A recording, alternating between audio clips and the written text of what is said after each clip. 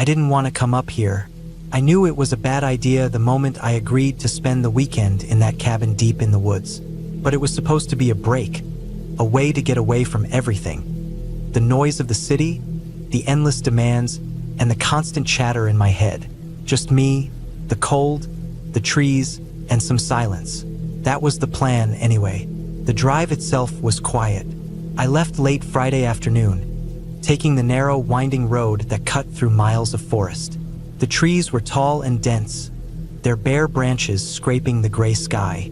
It was late fall, almost winter, but the snow hadn't come yet. The ground was soaked from rain earlier in the week, and patches of mud threatened to catch my tires. I had to be careful. The road wasn't exactly well maintained, and there was no cell service for most of the way. When I finally reached the cabin, it looked like something straight out of a postcard. Small, made of rough logs, with a steep roof and a stone chimney. Smoke curled lazily from the chimney, and it smelled faintly of pine and wood smoke. The place was isolated, sitting alone in a small clearing surrounded by forest. No neighbors, no roads nearby, just trees as far as the eye could see. I didn't know who had stayed here before, but the cabin was simple and old. Inside, it smelled of dust and something woodsy. The floorboards creaked under my boots as I explored. There was a small kitchen with a rusty stove, a table with 2 chairs, a bed with a thin mattress, and a woodpile stacked against one wall.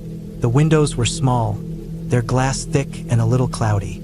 Outside, the wind whispered through the branches, making strange sounds. The first night was quiet. I chopped some wood and built a fire in the stone fireplace.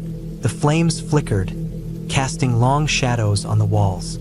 I made some coffee on the stove and sat by the fire, listening to the crackling logs. The forest outside was dark and still, only the occasional hoot of an owl or the rustle of a small animal breaking the silence. I slept poorly. The bed was hard and the cold seeped in through the cracks in the walls. Every sound seemed louder in the silence. The tapping of a branch against the window, the distant howl of a coyote. I woke several times, feeling watched even though I knew it was just my imagination. The next day I went for a walk. The forest was quiet and heavy with the smell of damp earth and decaying leaves. The trees stood like silent sentinels, their bare limbs scratching at the gray sky. I followed a narrow trail that twisted deeper into the woods. The ground was soft underfoot, covered in fallen leaves that muffled my steps. After an hour, I stopped by a small creek. The water was clear and cold, trickling over smooth stones. I knelt down and cupped some in my hands to drink. The silence was almost complete here, broken only by the soft babble of the creek. For a moment, it felt peaceful. But as I looked up, I caught a glimpse of something, a shadow moving just beyond the trees. I blinked, and it was gone. I told myself it was nothing, a deer maybe, or a trick of the light. I was alone, and my mind was probably playing games with me. I headed back to the cabin, trying not to think about it. That night was worse. The wind had picked up, howling through the trees and rattling the cabin. I wrapped myself in a blanket and sat close to the fire, trying to ignore the uneasy feeling creeping up my spine. Outside, something was moving. Heavy footsteps, slow and deliberate, pressed into the soft earth around the cabin. The sounds circled, coming closer and then retreating. I forced myself to stay calm. Maybe it was an animal, maybe a bear or a large deer. But the footsteps didn't sound like any animal I'd ever heard. They were too heavy, too steady, and they didn't stop. At one point, I caught a glimpse through the window. Something tall, too tall to be human, moving between the trees. I could barely make it out, but it had a strange, gangly shape. Its limbs looked too long and thin, and its movements were jerky and unnatural. My heart hammered in my chest, and I stepped back from the window, breathing hard. I didn't sleep that night. The fire died down and the cabin grew cold. The footsteps continued outside, circling and pacing. At one point, something scratched at the door. Sharp, deliberate claws tapping on the wood. I didn't open it. By dawn, the footsteps had stopped. The forest was still again. I sat by the window, watching the pale light spread across the trees. What the hell was out there? Over the next day, I tried to keep busy. I gathered firewood, fixed a loose floorboard, and made a small meal. But the feeling of being watched never left me. Every time I stepped outside, I caught shadows just out of sight. The forest seemed darker, colder, and heavier, like it was holding its breath. That afternoon, I decided to explore a little further. I followed the creek downstream, hoping to find a better trail or maybe even a small road. The trees grew thicker, their branches twisting together overhead. The forest floor was littered with broken twigs and crushed leaves, signs that something had passed through recently. Then I saw it. At the base of a large pine, there were strange marks, deep scratches gouged into the bark. The wood was raw and splintered, like claws had torn into it. I looked around, my stomach tightening. Nearby, the ground was disturbed. Patches of earth were dug up, as if something had been searching for food. I felt exposed, vulnerable. The forest was alive with sounds. The rustle of small animals, the distant caw of a crow, but beneath it all was something darker, something watching, waiting. I turned back quickly, my pace quickening until I was running. The trees blurred past me, branches scraping at my jacket and face. When I finally burst out of the woods and into the clearing, my heart was pounding so hard I thought it might burst from my chest.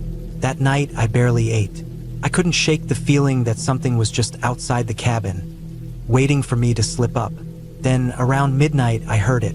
A low, guttural sound, half growl and half whimper, coming from the woods. It was close, too close. I froze, listening as the noise rose and fell. The sound was desperate, angry, and somehow backslash. Human, but twisted, distorted like it was coming from something broken. I grabbed my flashlight and a heavy stick from the corner. The beam cut through the darkness, illuminating the trees in pale white circles. The sound stopped. Then, a movement. Just beyond the edge of the clearing, I saw a figure step into the light. It was tall, impossibly tall. Its limbs were long and thin, like sticks, but the way it moved was wrong, too jerky, too awkward. Its skin was pale and stretched tight over its bones, almost translucent. The face was gaunt, with hollow eyes that gleamed with a cold, empty light. Its mouth was open in a silent scream, revealing sharp, broken teeth. I stood frozen, unable to move or scream. The thing tilted its head, watching me like I was prey. It didn't run or attack. It just stared. I knew then what it was. The stories I'd heard, the warnings from locals about the Wendigo, or something like it. Creatures born from starvation and madness, twisted by the harshness of the wild. I didn't believe in monsters, but this was no myth. It was real. The thing took a slow step forward, cracking twigs under its feet. I swung the stick wildly, shouting, trying to scare it off. For a moment, it recoiled, then vanished into the trees. I didn't sleep the rest of the night. I sat by the fire, clutching the stick, listening for the footsteps that never came. Morning brought a bitter cold. I packed my things quickly, my hands shaking. I didn't stop to eat or rest. The forest seemed to close in around me as I hurried down the trail toward the road. Halfway there, I stumbled over something in the leaves. I looked down. A torn piece of skin, pale and hairless, stretched thin over a jagged bone. I swallowed hard, fighting the urge to throw up. Whatever had been out here, it was real, and it was hungry. When I reached my car, I slammed the door and locked it, starting the engine without hesitation. As I drove away, I glanced back at the forest. The trees stood still, silent once more. But I knew it wasn't over. The Wendigo wasn't just a story. It was out there waiting for its next meal. I never went back to that cabin. I never told anyone what I saw, because who would believe me? A crazy person talking about monsters? But every now and then, when I'm alone at night, I still hear those footsteps outside my window. Slow, heavy, and patient, waiting.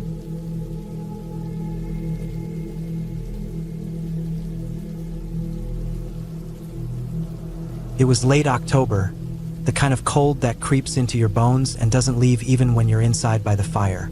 I had been out at my hunting cabin for a few days, tucked deep in the woods where the trees were thick and the only sounds were the wind through the pines and the crunch of leaves under my boots. The cabin was small, old but solid, built by the previous owner who'd used it mostly during deer season. I kept it simple: a wood stove, a bed, a small kitchen, and a few shelves with canned food and hunting gear. No electricity, no running water, just the basics. It was the perfect escape. The first few days were quiet, peaceful even. I woke early, drank coffee from the thermos, and spent my mornings walking the trails, scouting for signs of deer.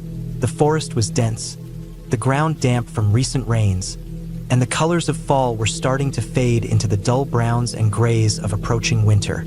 I enjoyed the silence: no phones, no cars, just nature. Nights were long and dark, but the wood stove kept me warm, and I had plenty of firewood stacked nearby. On the third night, things started to feel off. It was around 9 p.m. when I noticed it.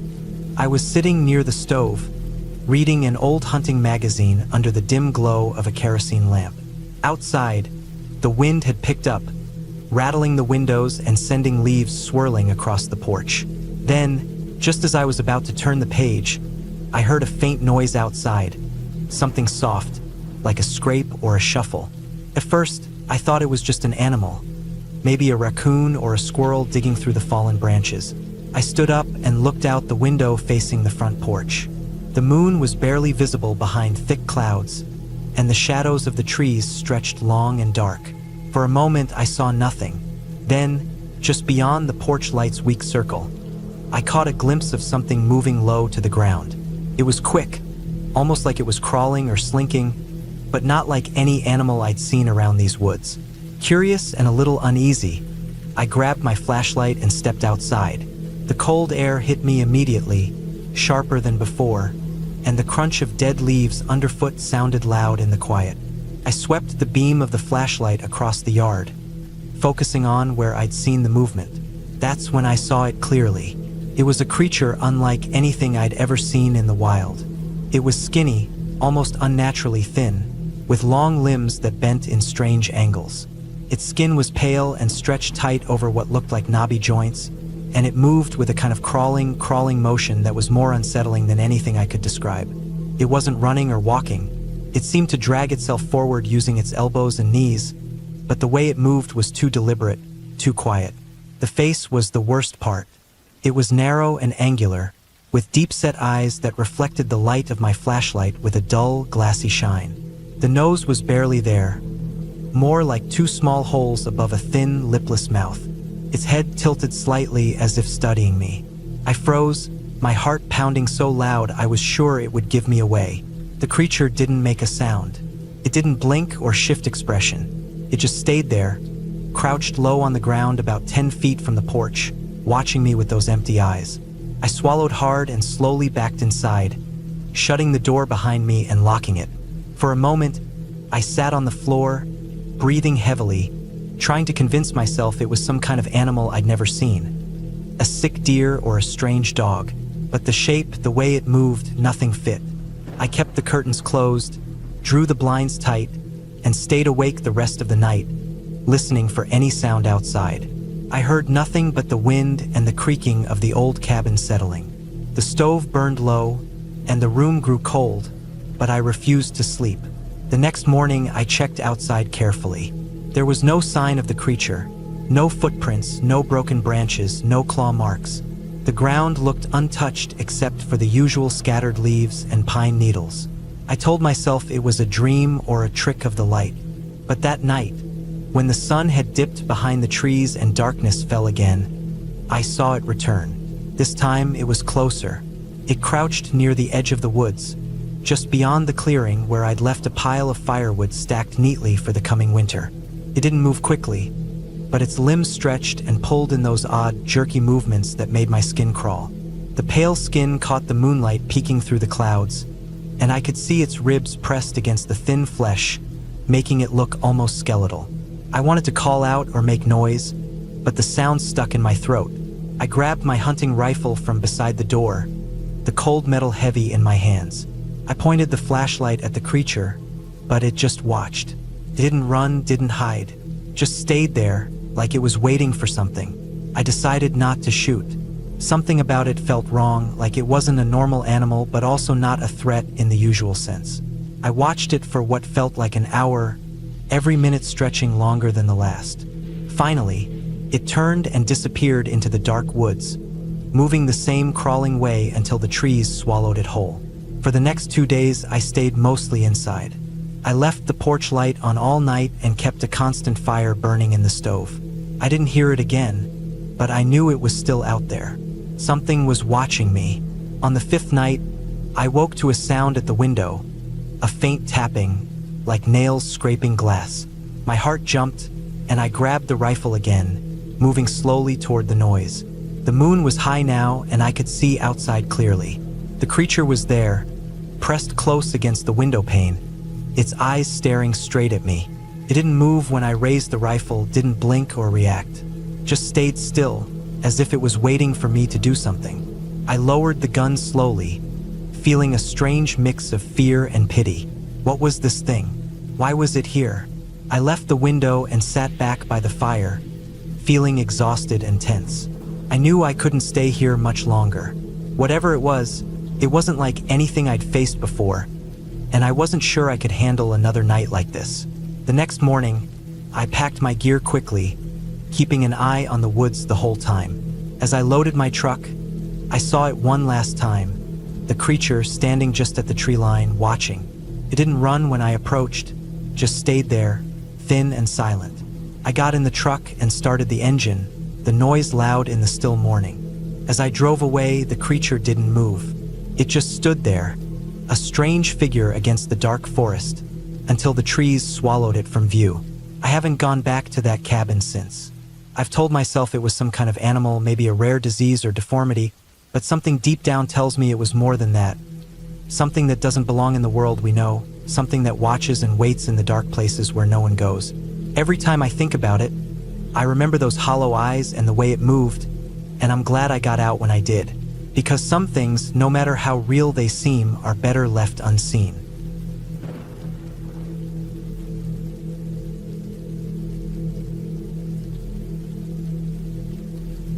The road was barely more than a dirt path, covered with dry leaves and the occasional broken branch. I had been driving for hours, winding deeper into the woods than I'd ever gone before.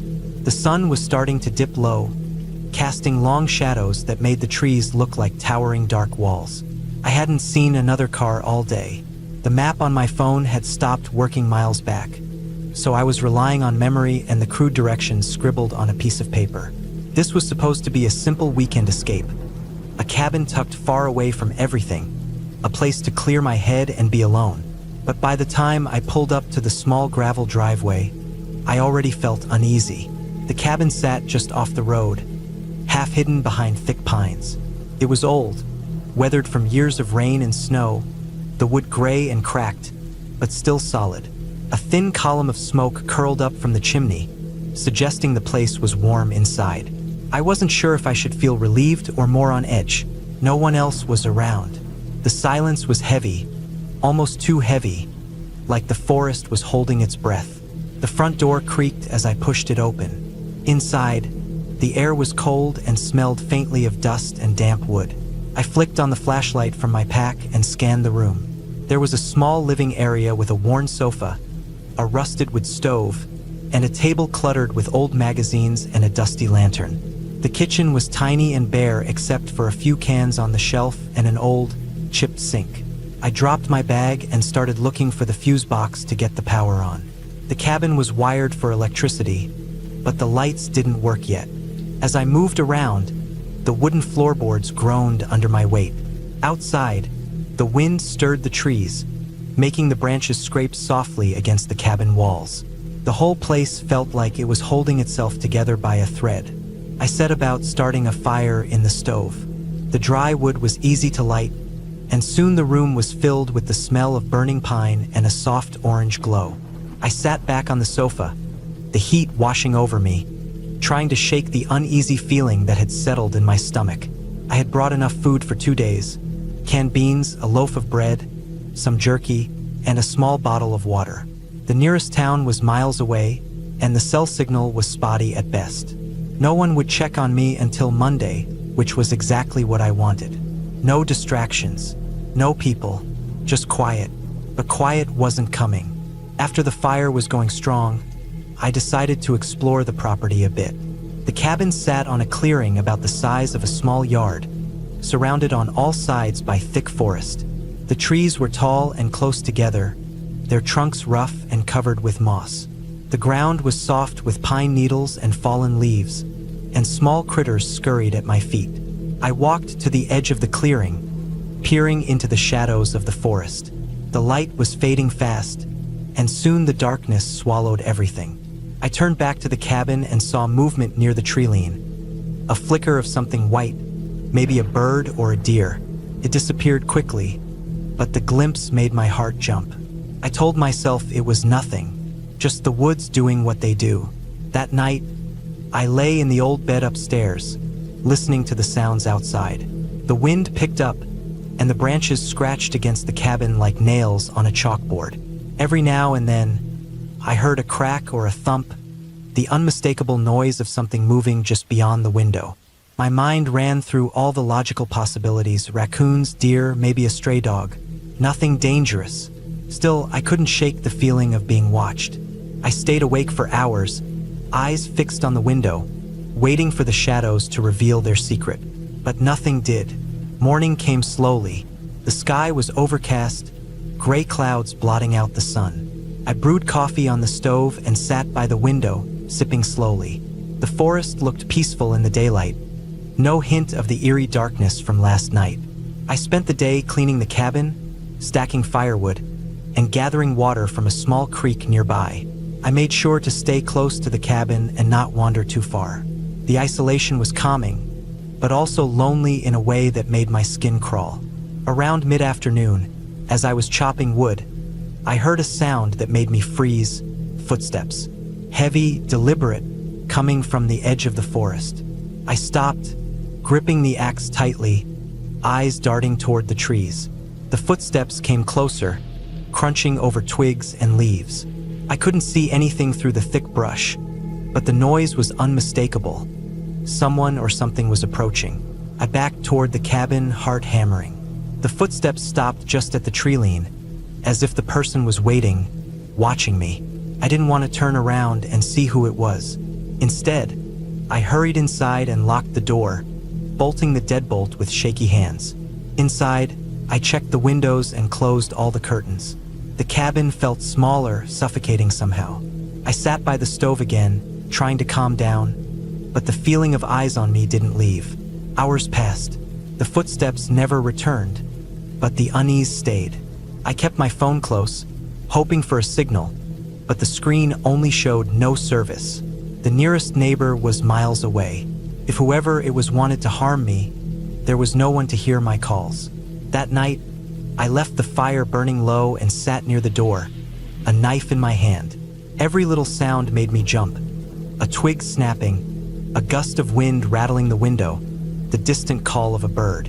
Sleep was impossible. Around midnight, I heard it again.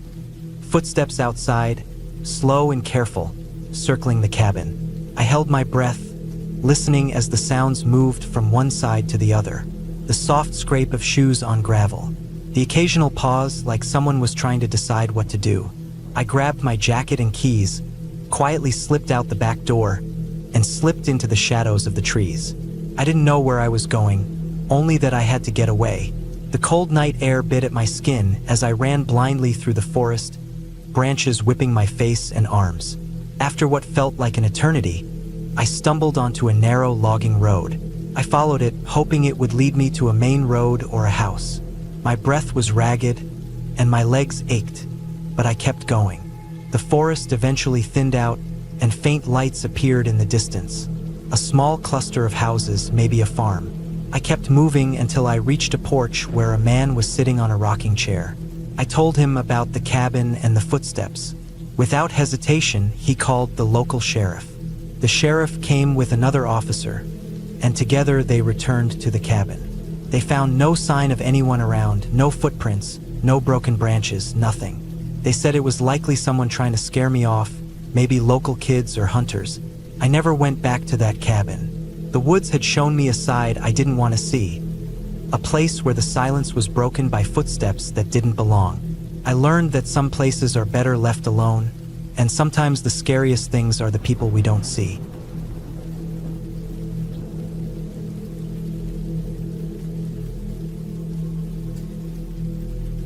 I never thought a weekend alone in a remote cabin could turn into something like this. I had planned it for weeks. A quiet break from the noise of the city. No internet, no calls, just me and the woods. The cabin was nothing fancy. A small wooden structure tucked away near the edge of a thick forest. I found it listed online, owned by a guy who only rented it out when he wasn't using it. The pictures made it look cozy, with a wood stove, a small kitchen, and a porch facing a clearing. I figured it was the perfect place to get some peace and write. The drive out was long but peaceful. The road narrowed into a dirt track that bounced and jostled the car, kicking up dust in the dry air. Pine trees lined both sides, growing so close their branches brushed the roof at points. I kept my windows down to let the fresh smell of the forest fill the car. As I got closer, I noticed fewer birds and less movement. Felt like the woods themselves were watching, waiting. When I pulled into the small clearing where the cabin sat, the sun was dipping low, casting long orange shadows. The cabin looked exactly like the pictures. Weathered wood, a porch with a creaky swing, and a stack of firewood neatly piled by the door. I grabbed my bags and stepped out. The air was cool and sharp, and I felt a sudden prick of unease. Maybe it was just the quiet. Out here, the silence isn't peaceful. It's thick, heavy, like something's holding its breath. Inside, the cabin smelled faintly of damp wood and old smoke. I set down my bags and flicked on the small propane lantern. The light was weak, barely pushing back the shadows that gathered in the corners. I walked around, taking it all in. The kitchen was simple, a small fridge, a single burner stove, a metal sink. There was a table with 2 chairs and a tiny shelf filled with mismatched plates and cups. A couch covered with a faded plaid blanket sat near the wood stove. On the walls hung a few paintings of mountain scenes, faded and cracked. I unpacked my notebook and laptop, planning to write until dark. Outside, the wind rustled the pine needles, and I could hear the faint crackling of branches snapping somewhere deeper in the forest. I told myself it was probably deer or some small animal moving about. The first night passed with little incident, save for the usual noises of a forest. Owls calling, the rustle of leaves, the distant bark of a dog or coyote. I felt calm, almost soothed. The next day, I explored the area around the cabin. The clearing stretched about 50 yards before the thick trees swallowed everything in shadow. The forest floor was covered in dead leaves, pine needles, and patches of moss. The sun filtered through the branches, creating shifting patterns of light and dark. I found a narrow trail leading into the woods and followed it for a few hundred yards. The trail was faint, barely more than an animal path. Occasionally, I spotted broken branches or crushed ferns that told me something bigger had passed through recently. Returning to the cabin, I noticed the wind had picked up and the clouds were growing darker. I built a fire in the wood stove to warm the place and started to write again. The quiet outside was different now, heavier, like the forest had closed in tighter. At one point, I heard a sharp snap from outside, followed by a low rustle. I looked out the window but saw nothing except swaying trees. As evening fell, the wind became a steady howl, rattling the cabin's windows and shaking the porch swing. I felt small and exposed, surrounded by miles of dark forest. I kept the fire going, adding logs to keep the room bright and warm. It was then I noticed the first real sign that I wasn't alone. On the porch, just beyond the light cast by the lantern hanging by the door, I saw fresh footprints pressed deeply into the dirt. They were large, heavy prints like those of a man wearing heavy boots. But I hadn't seen anyone else come up the road, and the nearest neighbors were miles away. I stared at the prints, heart pounding, trying to make sense of them. They started at the edge of the clearing and stopped right at the porch. No prints leading away. Whoever was here had come close, too close, and not left. I checked every window, every door lock. Nothing was disturbed. The footprints looked recent, pressed into the soft earth no more than an hour ago. The night was the hardest. I sat by the stove with a knife I kept from my camping gear on the table in front of me. Every creak of the cabin, every snap of a twig outside, made me jump. The wind whipped and moaned like a living thing, making the walls shake. I kept glancing toward the porch, half expecting to see a figure standing just outside the door. But no one came. Sleep was impossible. I finally gave up and sat by the window, watching the dark forest. The fire was dying, and the cold was creeping in. Around 2 a.m., I heard it. The soft crunch of footsteps outside, careful and slow, circling the cabin. My breath caught. The prints on the porch had been from earlier, but now something was moving again. The footsteps stopped, then started again, this time closer to the back of the cabin. I couldn't see through the windows in the back. It was pitch black. I grabbed my flashlight and, with the door locked, stepped out on the porch to shine the beam into the trees. The light swept over the undergrowth but revealed nothing. Still, I could hear faint breathing, low and steady, just beyond the edge of the clearing. For hours, I stayed alert, flashlight in hand, listening as the footsteps moved slowly around the cabin, circling and retreating, circling and retreating. At one point, the breathing stopped, and a chilling silence fell. Then, without warning, a branch snapped somewhere to the north, breaking the quiet. I stayed on the porch, waiting for dawn. When the first light touched the treetops, I looked for signs of who had been stalking me through the night. There were fresh prints all around the cabin, some half hidden in the dirt and grass. The boots had come close enough to see the scuff marks on the sole. But there were no other signs, no dropped items, no voices, no fires. That morning, I decided to leave. I packed quickly, my hands trembling. On the drive back, I kept looking in the rearview mirror, expecting to see headlights or a figure on the road behind me. But the road was empty. When I got back to the city, I told myself it was probably some hunter or drifter who had been watching the cabin but decided not to approach. The experience left me rattled, but it was over. The cabin was just a quiet place, and the forest was wild, sometimes dangerous. Now, whenever I think about that weekend, the images of those boot prints and the sound of slow, careful footsteps circling the cabin come back to me. It wasn't ghosts or monsters, just someone or something real and close enough to touch but choosing to stay hidden.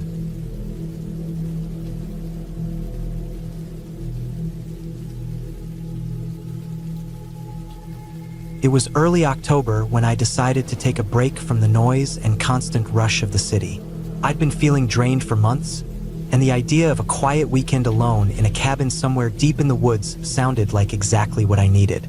I found a small cabin for rent, about 100 miles from town, nestled on the edge of a large national forest. The owner had warned me it was isolated, with no cell signal and the nearest neighbor miles away. But that was part of the appeal. No distractions, no interruptions. The drive out there was long and winding. The road narrowed from paved asphalt to gravel, and eventually just dirt. Trees crowded in close on either side, their branches twisting and scraping against the windows when the wind picked up.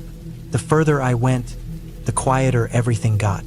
No cars, no planes, no distant hum of civilization. Only the occasional bird call or the rustle of leaves. I told myself to enjoy the silence, but I also felt a growing weight of loneliness creeping in. When I finally saw the cabin, it was exactly what I expected. Small, weathered, with wood darkened from years of rain and sun. It sat on a slight rise overlooking a clearing filled with wild grasses and scattered boulders. The porch sagged a little, but the windows gleamed faintly from the late afternoon sun. I pulled up and parked, took a deep breath, and grabbed my bags. Inside, the cabin smelled of old wood and damp earth. It was simple, one room with a small kitchen area, a wood stove, a table, and a bed pushed against the far wall. The windows were big and let in a lot of light, but also made the room feel exposed. I unpacked slowly, lighting a few candles and stacking some firewood next to the stove. The owner had left a metal box with some matches and a small axe, just in case. I was used to camping, so I didn't worry. The first evening was peaceful. I made a small fire in the stove and cooked some canned beans and rice over the flames. Outside, The sky darkened, and the forest around the cabin turned into a black wall of shadows. The sounds of the woods grew louder, the chirping of crickets, the crackling of dry leaves, the distant hoot of an owl. I sat on the porch for a while, wrapped in a blanket, staring out at the trees. The air was crisp and smelled like pine and earth. I went to bed early, but I didn't sleep well. The unfamiliar creaks and groans of the cabin settling kept me alert. Every snap of a twig outside made me jump. I kept the fire going low and the candles lit until I finally drifted off. The next day, I woke up feeling tired but eager to explore. I had a small backpack with some snacks, water, and a map the owner had left. The forest was thick with tall pines and hardwoods. The ground was soft with fallen leaves and pine needles, making my footsteps quiet.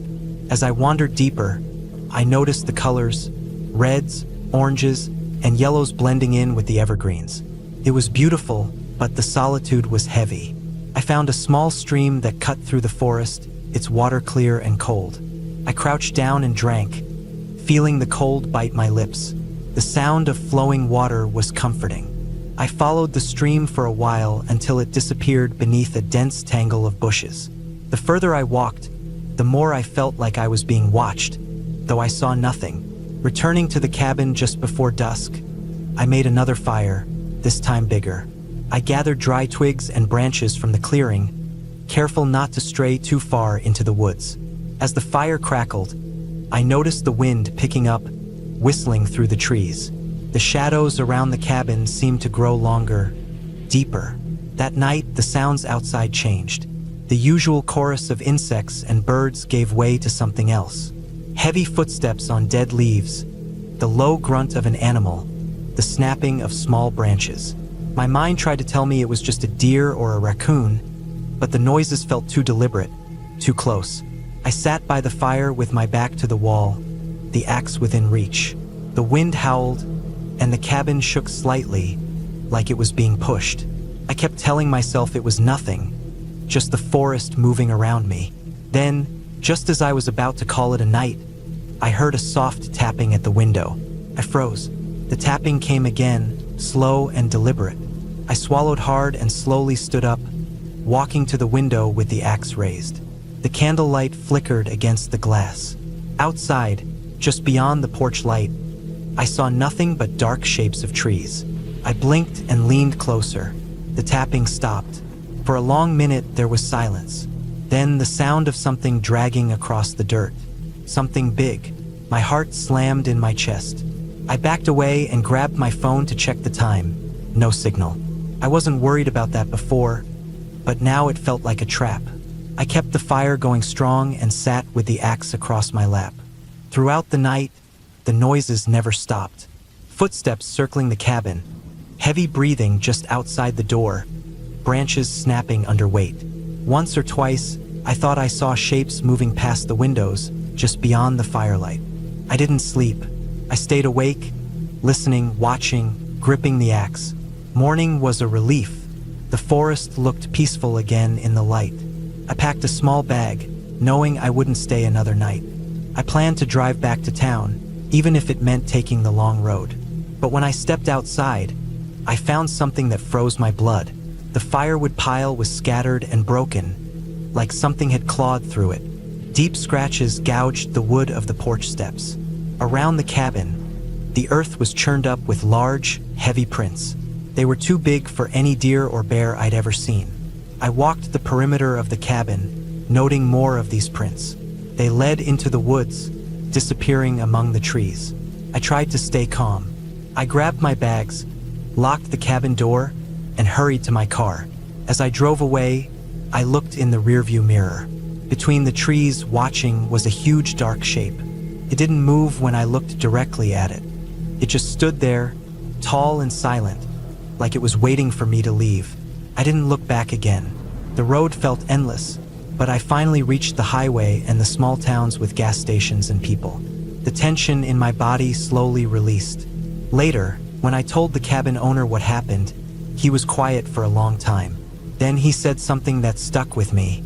"Those woods," he said, "they're home to some big animals people don't see much. Black bears, maybe a big male cougar. They don't usually come close to cabins, but if something smells food or feels threatened, they'll check you out. You were lucky. Most people never see what's really out there. I didn't sleep well that night back in the city either, but for a different reason. The woods had shown me how close wildness still is, how thin the line is between solitude and being watched, how even in silence, something can be waiting. That weekend changed how I saw the forest.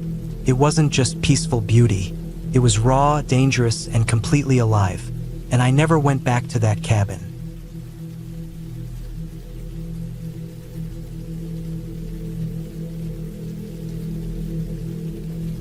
I'd been looking forward to this trip for months. The idea of being alone, away from the noise of the city and the constant hum of daily life, felt like the perfect reset. I found an old cabin deep in the woods through an online rental site. Nothing fancy, just a small, weather-beaten place surrounded by thick pine trees, with a dirt road leading up to it. The photos showed a simple cabin with a stone chimney, a woodpile stacked outside, and windows covered in grime from years of neglect. Exactly what I wanted. When I arrived late in the afternoon, the sun was already dipping low behind the trees, casting long shadows across the dirt road. The air was cool and smelled of pine needles and damp earth. I parked my car near the cabin and grabbed my bags, the gravel crunching under my boots as I walked up the small porch steps. The cabin's wooden boards creaked slightly beneath my weight, and the door gave a faint groan as I pushed it open. Inside, the air was stale but not unpleasant. Dust motes floated in the beams of fading light that slipped through the grimy windows. The cabin was small, just one main room with a rough-hewn table, a couple of chairs, a fireplace filled with cold ashes, and a single bed pushed into a corner. There was a tiny kitchen area with a rusted sink and a couple of cupboards. It felt like stepping back in time, or maybe like one of those old survival cabins I'd read about. I set my bags down and started to unpack, pulling out a lantern, some food, and a blanket. The plan was to spend 3 nights alone here, with nothing but the woods and my own thoughts.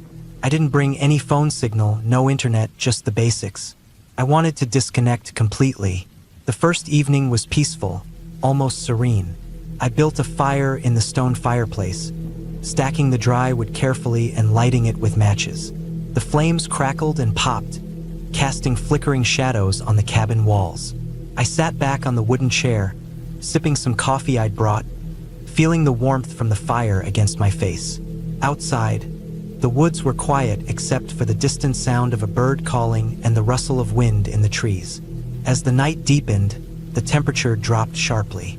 I pulled the blanket tighter around me and kept the fire going, watching the dancing flames. The darkness beyond the windows felt vast and impenetrable, the trees standing like silent sentinels just beyond the glass. Around midnight, I heard it, a faint noise outside.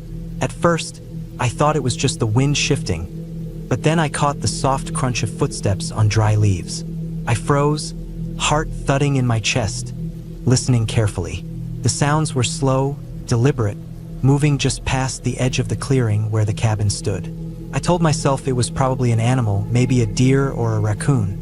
Still, I grabbed the old hunting knife I'd brought and kept it close. The footsteps stopped. Silence fell again, heavy and complete, except for the crackling fire inside. After what felt like forever, I stood up and peered out the window. Nothing. The woods were black and still. I tried to shake off the unease and went back to sitting by the fire, but my mind wouldn't settle. The next day, I tried to focus on routine to keep my nerves steady. I chopped some wood for the fire, walked a little way down a narrow trail behind the cabin, and tried to distract myself by writing in a small notebook I'd brought. But the feeling of being watched never really left me. I kept catching glimpses of movement out of the corner of my eye, branches shaking, shadows shifting, only to find nothing there when I looked directly. Late that afternoon, I noticed something strange. Near the back door, there were small footprints pressed into the soft dirt. They weren't animal tracks, they looked like someone's boots. They led from the tree line right up to the cabin, then stopped abruptly at the doorstep. My stomach tightened. I checked the locks on the doors and windows, all seemed secure. There was no sign anyone had tried to break in. Still, the footprints were there, fresh, Whoever it was had been close enough to touch the cabin. That night, I didn't sleep well. Every creak of the cabin, every rustle in the trees made me jump. I stayed close to the fire, and when it burned low, I added more wood despite the late hour. I even took the knife to bed with me, wedging it under my pillow. In the early hours, I heard footsteps again, this time louder, more confident. They circled the cabin slowly, then stopped at the back door.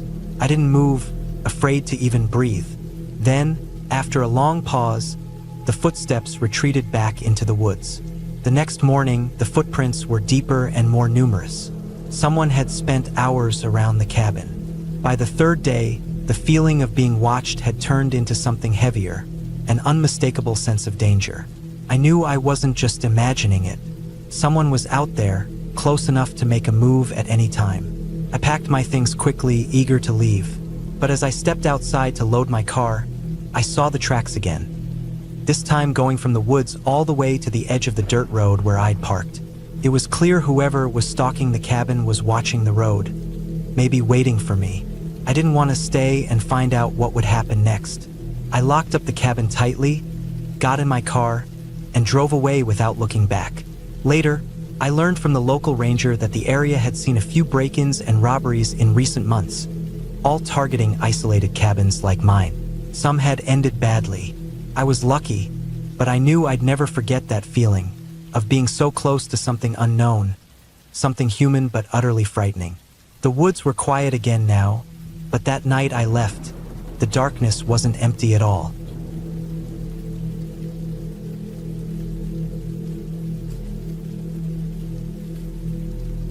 The forest was thick, dark, and silent except for the crunch of dry leaves beneath my boots as I made my way to the cabin. It was late afternoon, and the sun was already dipping low behind the dense trees, casting long shadows that reached out like fingers across the uneven ground. I had been looking forward to this weekend for months, a chance to get away from everything, to be alone in the woods with nothing but the sound of the wind and the occasional bird call. No phone, no internet, no distractions. Just me and the cabin my uncle had left me last year. The cabin sat nestled in a small clearing, surrounded by towering pines that blocked out most of the sky. It was old, built more than 50 years ago, but sturdy. Weather-beaten logs, some of them split or warped, formed the walls. The roof sagged a little on one side, but it kept the rain out. I had spent last summer repairing some of the rotting boards and cleaning up the inside. The place had no electricity or running water, just a wood stove for heat and a well outside for water. It was simple, but it was mine. As I stepped up to the porch, the wooden boards creaked under my weight. I pushed open the heavy door and let myself inside.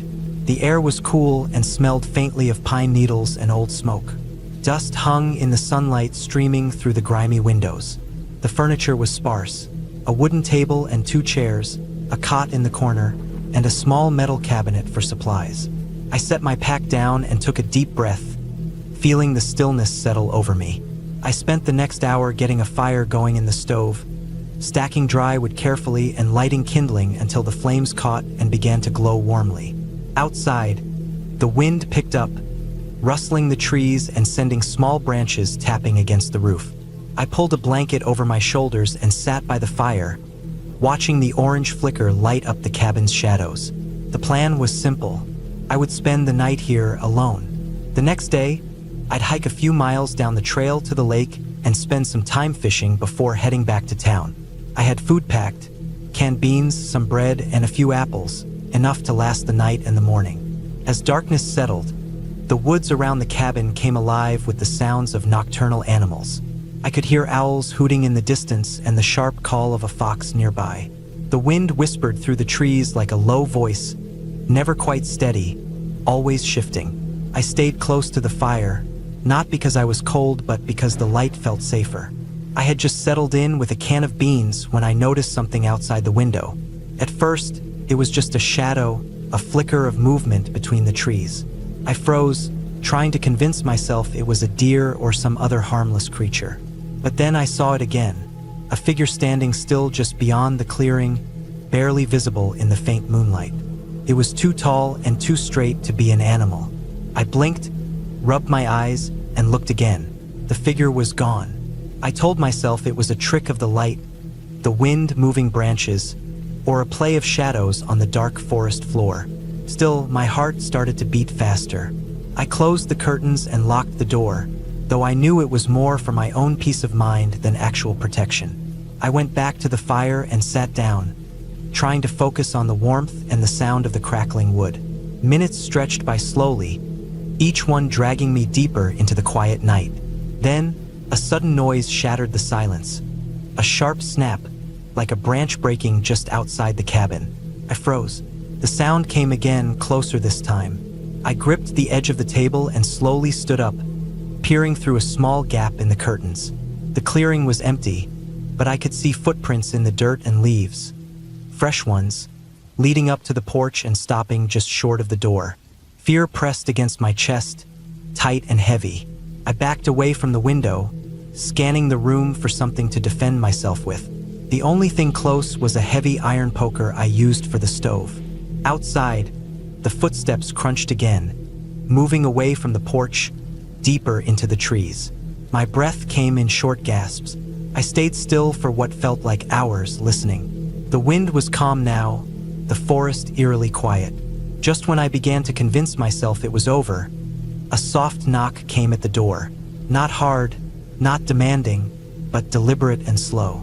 I didn't move. The knock came again, a little louder this time. I gripped the poker tightly, heart pounding, and moved toward the door. I could see the faint outline of someone standing just beyond the porch light's reach. I couldn't make out any features, just the shape of a person. I whispered to myself to stay calm. I tried to think logically. Maybe it was a lost hiker or someone in trouble. But the thought didn't ease the fear inside me. The knocking stopped. I waited, breath held, but nothing else happened. No footsteps running away, no voices calling out, just silence. I backed away from the door and locked it again. Then I sat down, knees pulled to my chest, waiting for the sun to rise. The night crawled on. Every sound, the crack of a twig, the rustling of leaves, sent jolts through my body. I wanted to leave, to run into the forest and escape, but I knew it was the worst place to go in the dark. When dawn finally broke, pale light spilling over the trees, I dared to look outside. The footprints were gone. No sign of the figure, no other tracks. I packed up my things quickly, started a small fire to burn some trash, and made sure everything was locked and secured before stepping onto the porch. The forest was quiet again, peaceful almost. The sun warmed the air and chased away the shadows. I took a deep breath, feeling the tension slowly ease. I had survived the night, alone in the cabin, facing whatever had been out there. And now I was going to leave, go back to the safety of the town and the people who knew me. The walk back through the woods was long, but every step felt lighter. When I finally reached the road, I looked back once, seeing the cabin standing silent and still among the trees. It wasn't just an old building in the forest anymore. It was a place where I had faced fear and stayed strong. A place that, despite everything, still belonged to me. And I knew I would come back again. But next time, I'd bring company.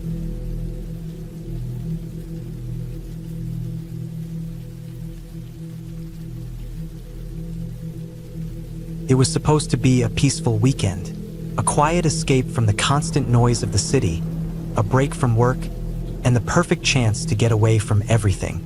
The cabin was tucked away deep in the woods, miles from the nearest neighbor, with nothing but the forest stretching out all around it.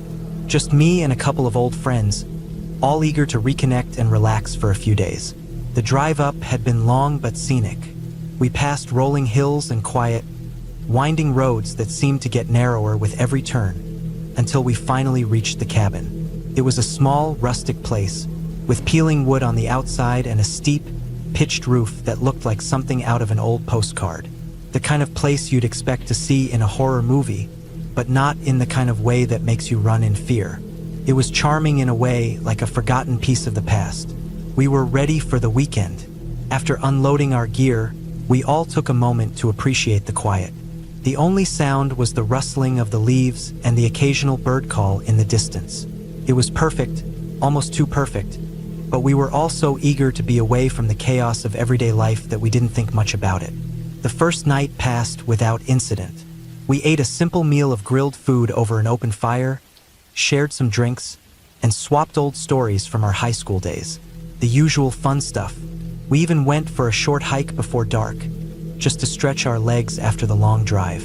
The sun set early, and by the time we got back to the cabin, the forest had already swallowed the light, leaving only the glow of the fire to keep us company. The second night was different, though. That's when things started to feel off. It started with the quiet. The fire crackled, and the wind blew through the trees, but something about the stillness felt unnatural. I had a strange sense of being watched, but whenever I turned around, there was nothing but the blackness of the woods. I brushed it off. My friends were still chatting around the fire, oblivious to anything strange. But I couldn't shake the feeling that something was lurking just beyond the reach of the firelight. At one point, I went inside the cabin to grab another drink. The place was small and cozy, with wooden floors and a large stone fireplace. Nothing out of the ordinary. As I stood in the doorway, looking out the window toward the forest, I thought I saw something move in the distance. It was quick, just a flash of shadow, but it was enough to make my heart skip a beat. I peered harder into the darkness, but I couldn't see anything. Maybe it was a deer, or maybe I was just tired. I didn't mention it to anyone when I went back outside. The night grew colder, and the air felt thicker. The fire burned low, and the chatter around the campfire began to fade. Everyone seemed to be winding down, ready for bed. But just as I was about to go inside, I heard something. It was a soft, rustling sound coming from the woods. At first, I thought it was an animal, maybe a fox or a raccoon. But then I heard it again, closer this time. This wasn't the soft shuffle of a small animal. It was something heavier, something that wasn't supposed to be there. I turned to my friend, Nick, who had been sitting closest to me. I could see the same concern in his eyes, a look that mirrored what I was feeling. We both listened, trying to figure out what it was. The rustling stopped, but the sense of something being there, watching us, remained. We stood up, both of us unsure of what to do. "Probably just a deer," Nick muttered, but his voice didn't have the same confidence as usual. "It's probably nothing." I nodded, though I wasn't so sure. I didn't believe in supernatural stuff, no ghosts or spirits. But that didn't mean I wasn't afraid. Fear isn't always logical. Sometimes you just feel it in your gut. We all eventually headed inside. The cabin was warm, and we quickly made ourselves comfortable, pulling out sleeping bags and settling down for the night. I tried to sleep, but every time I closed my eyes, I felt the nagging sense that something was out there. I heard things outside, but I couldn't tell if it was just the wind or something else. I must have eventually fallen asleep, because the next thing I remember is waking up to a strange sound in the middle of the night. It wasn't the wind or the usual night noises. It was a scratching sound, slow and methodical, like something was trying to dig into the cabin itself. I froze. I wasn't sure if it was coming from outside or inside the cabin. The sound continued, getting louder, and I could feel my heart racing. It wasn't an animal, at least not one I recognized. This was different. I got up quietly, careful not to wake the others. The moonlight filtered through the windows, casting long shadows on the floor. I moved to the door and peeked out into the darkness, hoping to catch a glimpse of whatever was causing the noise. First, I saw nothing, just the usual trees and the slight sway of the branches in the wind. But then, my eyes locked onto something that made my blood run cold. There, standing just outside the edge of the firelight, was a figure. It wasn't a man, but it wasn't an animal either. It was tall, unnaturally so, and it seemed to sway in the shadows as if it was made of them. Its limbs were long, too long, and bent at odd angles, like a spider's legs.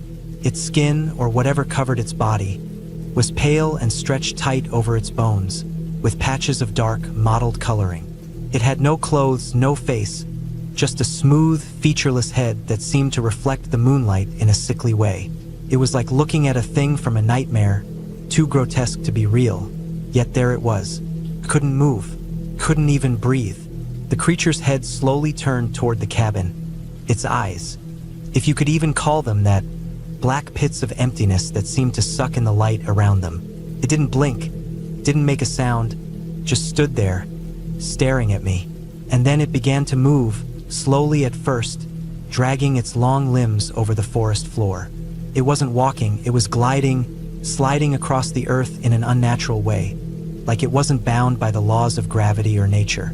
I stepped back, heart pounding in my chest, and I realized I had to do something. It wasn't a deer or a raccoon or anything normal. This thing was not right. I moved to wake up Nick, but before I could, there was a loud crash from outside.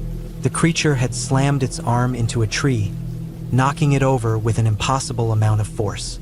It made a horrible, scraping noise as it slid across the ground, heading straight for the cabin. I had no choice. I had to warn everyone. "Nick," I hissed, shaking him awake. "Get up now." He groggily sat up, blinking in confusion. "What's going on?" "Get to the back door. Now," I whispered urgently. We didn't have time to argue. I grabbed my phone and tried to call 911, but there was no signal. Of course, there wasn't. We were miles from any cell towers. The others woke up at the noise, their faces pale with fear. We all scrambled, trying to stay as quiet as possible, but the creature outside was getting closer. I could hear its movements, scraping against the earth like claws dragging over stone. Then, there was a sound from the roof, a low, almost guttural noise, like something scraping against the shingles. I couldn't help but glance up at the ceiling, wondering if whatever it was had somehow made its way up there. The scratching noise continued, moving from one side of the cabin to the other. It was closing in on us, circling the cabin, testing our defenses. We bolted for the back door, not bothering to look out the windows anymore. We ran through the dark woods, the trees whipping by, branches snapping under our feet. We didn't stop until we reached the truck. I slammed the door behind me, heart pounding in my chest, and looked back toward the cabin. The creature was gone. We drove for hours, not stopping until we reached the nearest town. The others were shaken, terrified, but no one spoke about what we had seen. What could we say? No one would believe us. The next day, we went back to the cabin. Everything seemed normal, too normal. There was no sign of what had happened, no tracks, no broken trees, no evidence of the creature. It was like nothing had happened at all. But I knew what I had seen. It was real. We left shortly after that, and I never went back. I don't know what that creature was, but I know it wasn't something I'd ever want to see again. I'm still not sure what it was doing in those woods, or why it was so interested in us, but I've never forgotten that night. It's been years now, but every time I think about it, I get the same feeling I had back then. Like something is watching me, waiting for the right moment to strike. I hope I never have to face it again.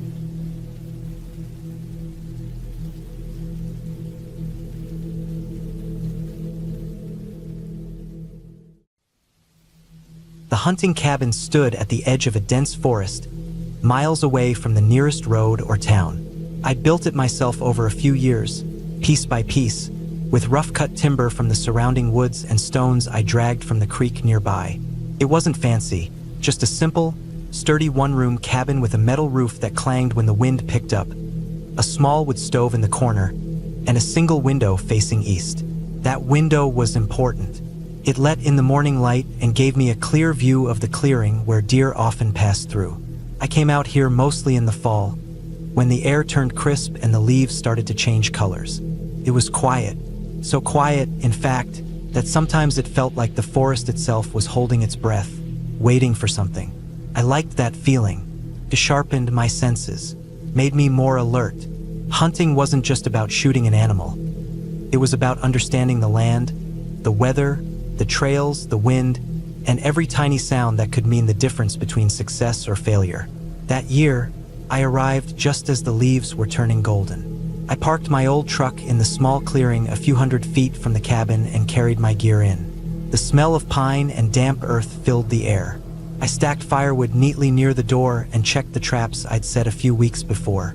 A couple of rabbits had been caught, which was good. Small game could keep me fed if the deer weren't moving yet. Night came early, faster than I expected.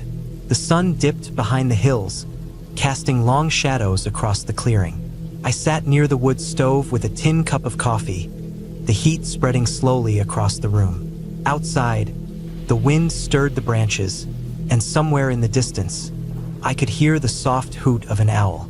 I didn't feel lonely out here, but there was a weight in the stillness, a heaviness that pressed down on the cabin. I'd been out here many times, alone for days or weeks, and the forest always felt like it had a rhythm. But this time something was off. That first night, as I lay on the thin mattress on the floor, I heard a noise outside that I couldn't place. It wasn't the usual rustle of squirrels or the scurrying of raccoons. It was heavier, slower, like something large moving through the brush. The sound circled the cabin slowly, stopping now and then, as if whatever it was watching me. I stayed still, listening. The wind howled through the trees, masking the noise. When it finally stopped, I waited for a long time before I dared to breathe again. I told myself it was probably a deer or a bear passing through, just curious about the smell of my food, but it didn't feel right. The next morning, I went out to inspect the perimeter. The ground was soft from a recent rain, and I could make out large prints in the mud. Prints bigger than any deer or elk I'd seen. They had a wide paw shape with long claws, but they weren't bear tracks. Bears had rounder prints, and these looked different. They circled the cabin in a wide loop, but didn't continue into the forest. I cleaned my rifle, checked the safety, and kept my knife close. That day, I tried to shake off the unease. I hunted during the afternoon, moving quietly through the trees, eyes peeled for any sign of animals. The forest was alive, but it felt too quiet. No birdsong, no chatter from small animals. It was as if something had scared them off. Back at the cabin, I prepared dinner, a simple stew with wild potatoes and the rabbit meat from the trap. I cooked it slowly over the stove, the smell filling the room. As night fell, I made sure the windows were shut tight, the doors locked, and every bit of food was stored inside in metal containers. I didn't want to attract anything, whatever it was. I stayed up late that night, sitting by the window with my rifle across my lap. The moon was nearly full, and its light poured over the clearing. I scanned the tree-line, looking for movement. Then I saw it, a dark figure, large and low to the ground, moving slowly along the edge of the trees. It wasn't a deer or an elk. It walked on all fours but didn't look like any animal I knew. It had broad shoulders, and its head stayed low, almost dragging. The light from the moon caught the faint glint of its eyes, reflecting greenish in the darkness. I froze, my breath caught in my throat. The creature stopped and looked straight at me. For a moment it was still. Then it disappeared into the shadows. I didn't sleep much after that. Every noise seemed amplified. The crack of a branch, the rustle of leaves, the snap of twigs. I kept the rifle close and the flashlight charged. The next day I found more tracks, bigger and clearer this time. They were deep in the mud and led into the forest, disappearing near a rocky outcrop where I'd never explored before. Curiosity and fear battled inside me, but I knew I had to check. I packed light, took my rifle, a knife, and some water and set out. The forest was thick, the underbrush tangled. The air was damp and smelled of moss and wet leaves. I followed the tracks carefully, stepping over roots and pushing through branches. After about an hour, I reached the outcrop. It was a steep rocky cliff, covered in patches of lichen and moss. The tracks ended here and I could see scratches on the rock face, deep gouges as if something had climbed up or down it. The ground was littered with broken branches and crushed leaves, like a struggle had happened. I circled the area, looking for any sign of a den or shelter. That's when I found it. A shallow cave hidden behind a curtain of hanging vines. Inside, the air was cool and damp. I could smell something strong and musky, like an animal's scent mixed with dirt and sweat. I didn't stay long. I took a few pictures of the tracks and scratches with my phone for reference, then headed back. That evening, I locked the cabin tight again. I set up some traps with noisy bells attached to alert me if anything moved nearby. I didn't want to stay inside all the time, but I also didn't want to wander far alone. The nights grew colder, and the wind howled like a pack of wolves. I heard the heavy footsteps again, circling the cabin, sometimes pausing just outside the window. The bells on my traps rang out twice, loud and sudden, but when I rushed outside with my flashlight, nothing was there. I began to notice other things. My food supplies had been disturbed. Small bags ripped open, crumbs on the floor, but no tracks led away from the cabin near the food stores, just around the perimeter. One night, I woke to a sound outside the cabin door. A slow scraping, like claws on wood. My heart pounded. I grabbed my rifle and opened the door just enough to shine the flashlight out. Nothing, but the scratches were fresh, deep gouges along the wood, and a long trail of muddy footprints led away into the woods. I realized then that whatever it was had been coming closer every night. I thought about leaving, but my truck was parked too far, and the only road was overgrown and barely visible. Besides, I didn't want to give up on the cabin, not after all the work I'd put in. So I stayed, preparing myself for the worst. One afternoon, while out checking the traps, I heard a low growl behind me. I spun around slowly and saw it again, the creature. It was larger now that I was closer, its fur matted and dark, its eyes sharp and intelligent. It didn't move aggressively, just stared. I raised my rifle and took a careful aim, but it turned and vanished into the underbrush before I could shoot. I felt shaken but also relieved it hadn't attacked. Maybe it was just curious. The following days were tense. The creature seemed to watch me from the shadows, never approaching during the day but always close enough to be seen. I set more traps and reinforced the doors and windows. One morning, I woke to find a pile of broken branches and leaves stacked neatly near the cabin, almost like a warning. I took it as a sign to be careful. Despite the fear, I knew I couldn't live like this forever. The isolation, the unknown presence, something had to give. I decided to pack up and head back to town. It took me a full day to break camp and carry everything back to the truck. I moved fast, eyes always scanning the woods, heart racing with every sound. When I finally reached the truck, I locked the doors and sat inside for a long time, catching my breath. As I drove away, the cabin shrinking in the rearview mirror, I looked back once more. The forest was silent again. Back in town, I told myself it was just a wild animal, maybe a bear or a big cat I'd never seen. Something rare, but not supernatural. That night, I slept deeply for the first time in weeks. I never went back to that cabin. I sold it the next spring to someone who wanted a quiet place to hunt. But sometimes, when the wind blows just right, I think about the creature watching me from the shadows and the feeling of being truly alone in the wild, where nature doesn't care about you at all. And I'm glad I got out when I did.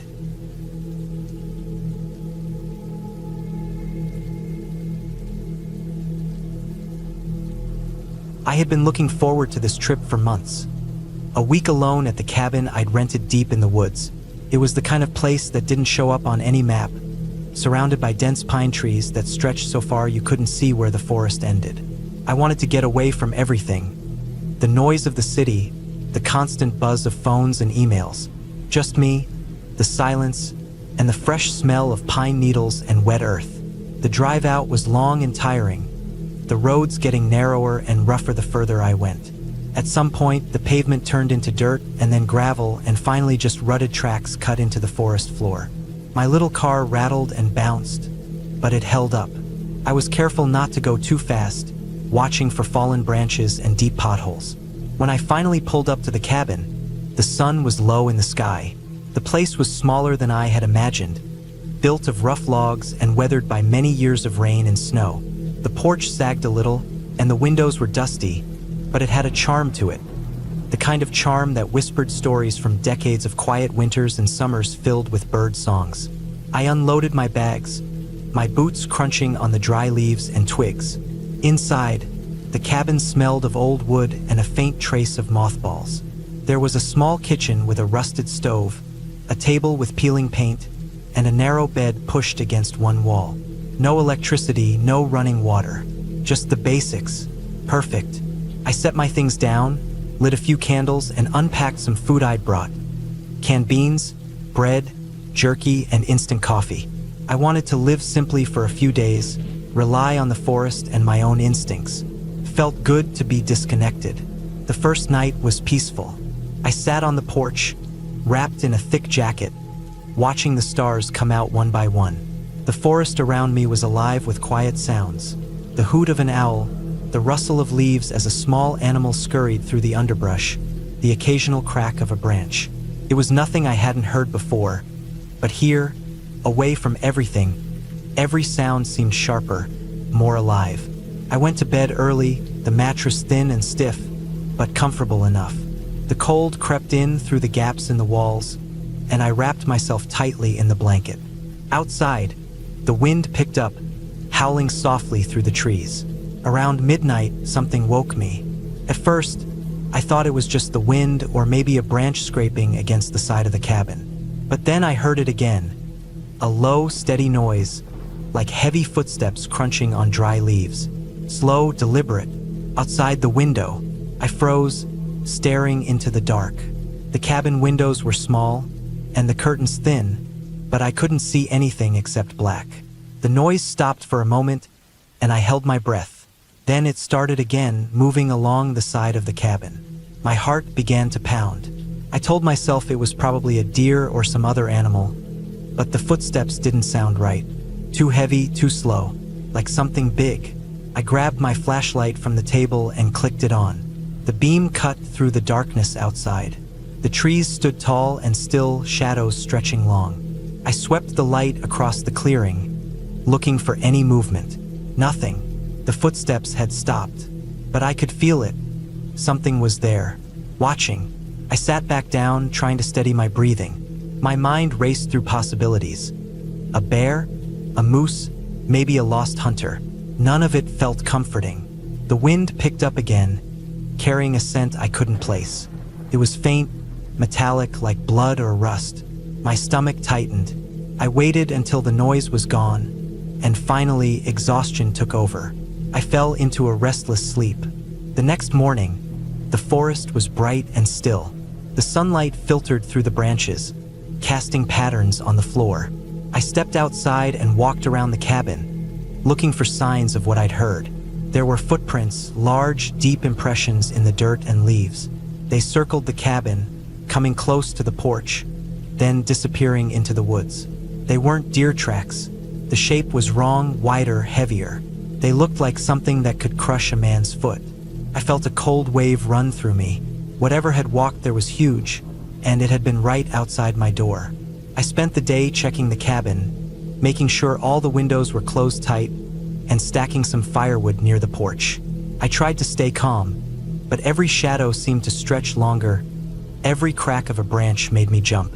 That night, I didn't go outside at all. I stayed close to the fire I'd built in the tiny wood stove, the flames flickering and casting dancing shadows on the walls. Around 11 p.m., the footsteps came again. Slow, heavy, pacing just outside. I could hear the dry leaves crunching underfoot, the occasional snap of a twig. I sat in the corner with my back to the wall, flashlight in one hand, a heavy stick I'd found outside in the other. The steps circled the cabin again, moving around the porch, stopping near the front door. Then silence. Minutes passed. My heart was hammering in my chest. The air was thick, cold, and still. Suddenly, a loud thud shook the cabin's outer wall, as if something had slammed against it. I jumped to my feet, swinging the flashlight beam out the window. Nothing was there, but then I saw it. Huge scratch marks on the wooden wall, deep gouges that hadn't been there before. I backed away, trying to keep calm, but the fear was clawing at me. I remembered the emergency whistle in my pack and blew it hard. The sound pierced the night, echoing through the trees. The footsteps stopped immediately, retreating back into the forest. I stayed awake the rest of the night, listening. No more sounds came. The next morning, I found more signs. Broken branches, flattened grass, and patches of dark fur caught on the bushes. It was clear. A large animal, probably a bear, had been stalking the cabin. I thought about leaving, but I had driven hours to get here. I wanted to face this. I spent the day preparing, building stronger barricades on the windows, stacking rocks near the doors, and setting up a perimeter with cans tied to strings that would rattle if disturbed. That night, the footsteps came again, but this time they were more cautious. The animal seemed to test the defenses, sniffing the air, pacing just beyond the range of the firelight. I stayed silent, motionless. Hours passed. The creature finally gave up, and the footsteps faded into the distance. By dawn, I was exhausted but relieved. I knew the forest wasn't empty and peaceful. It was wild, full of creatures just trying to survive. I had faced that reality and come through it. When I packed up to leave a few days later, I looked back at the cabin one last time. The forest was calm again, the sun rising behind the trees. I felt stronger for having been there, knowing what it meant to be truly alone in the wild.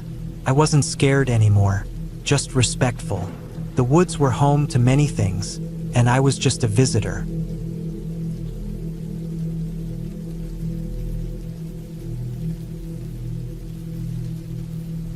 I didn't plan to stay at the cabin for more than a weekend. I had been looking forward to a simple break from the city, just a quiet place to clear my head, somewhere I could be alone with the woods and fresh air. The cabin was nothing fancy. It was an old structure, weathered by time and seasons, sitting alone deep in the forest, about an hour's drive from the nearest town. No cell service, no internet, no noise except the natural sounds of the forest. Just what I wanted. When I first arrived, the sun was already low in the sky. The gravel road leading to the cabin was narrow and lined with tall pine trees that blocked out much of the fading light. I had to drive slowly, careful not to hit any rocks or fallen branches. The last stretch of road felt more like a trail, narrow and uneven, twisting between thick patches of forest. The cabin itself was made of rough logs, with a small porch running along the front. A wood stovepipe poked out from the roof, and a stack of firewood leaned against one side of the building. The windows were small and grimy, but from the outside I could tell the place was solid. The front door creaked when I opened it, and the smell of old wood and dust hit me immediately. It was the kind of smell I associate with places left untouched for a long time, but it was not unpleasant. Inside, the cabin was dim and a little chilly, even though it was early fall. A few pieces of furniture sat scattered about. A small wooden table with 2 chairs, a worn-out armchair near the stove, and a twin bed pushed against one wall. The floorboards creaked under my feet, and cobwebs hung in the corners near the ceiling. There was no electricity, but I had brought a lantern and plenty of batteries, as well as some candles. I unpacked slowly, taking my time to settle in. Outside, the forest stretched out in every direction, dark and silent except for the occasional rustle of leaves or the distant call of a bird. I felt the kind of quiet that makes you notice every little sound. A twig snapping, the whisper of wind through branches, the soft patter of a small animal moving nearby. It was peaceful but also strange in a way I hadn't expected. I stacked some firewood in the stove and lit it carefully, watching as the flames took hold and the room slowly warmed. The soft orange light flickered against the rough walls and cast deep shadows. I sat down in the armchair with a book, trying to lose myself in the story, but my mind kept wandering to the forest outside.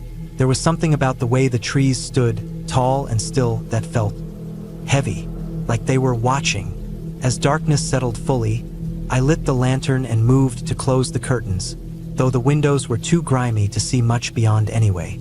The temperature dropped quickly. I wrapped myself in a blanket and decided to go to bed early, hoping a good night's sleep would clear my thoughts. I slept fitfully. The wind picked up in the early hours, rattling the window panes and making the old cabin groan. Outside, I could hear something moving, soft thuds, like something heavy walking through the underbrush. I told myself it was probably a deer or maybe a raccoon. Animals live here, after all. The next morning, I woke early to the faint light filtering through the dirty glass. I started a fire again and boiled water for coffee on the stove. Outside, the forest looked completely different in daylight. The colors were richer. Deep greens of pine needles, the reds and golds of fallen leaves, and the thick trunks covered in moss and lichen. I decided to explore a little. There was a narrow trail that led down from the cabin to a small creek I had seen from the porch. I followed it, stepping carefully over roots and rocks, listening to the water trickle over stones. The air smelled fresh, earthy. I took pictures with my phone, even though I had no signal to share them. The trail was peaceful but not without signs of life. I saw broken branches and fresh tracks in the mud, probably from deer or maybe even a coyote. I stayed alert, knowing I was in their territory, but I felt safe enough during the day. Back at the cabin, I spent the afternoon reading, writing in a journal, and cooking simple meals over the stove. As evening came, I built a fire outside in the fire pit, sitting on a log with my coffee cup in hand, watching the sky turn purple and pink. The silence out here was profound. No cars, no airplanes, just the occasional call of a bird heading to roost. That night, I slept better, but still not well. I was not used to the sounds of the forest at night, the rustle of animals, the creaking of trees swaying in the wind, the sudden sharp snap of a branch breaking somewhere in the distance. Every noise made me sit up or open my eyes for a moment. On the third day, I noticed something odd while walking back from the creek.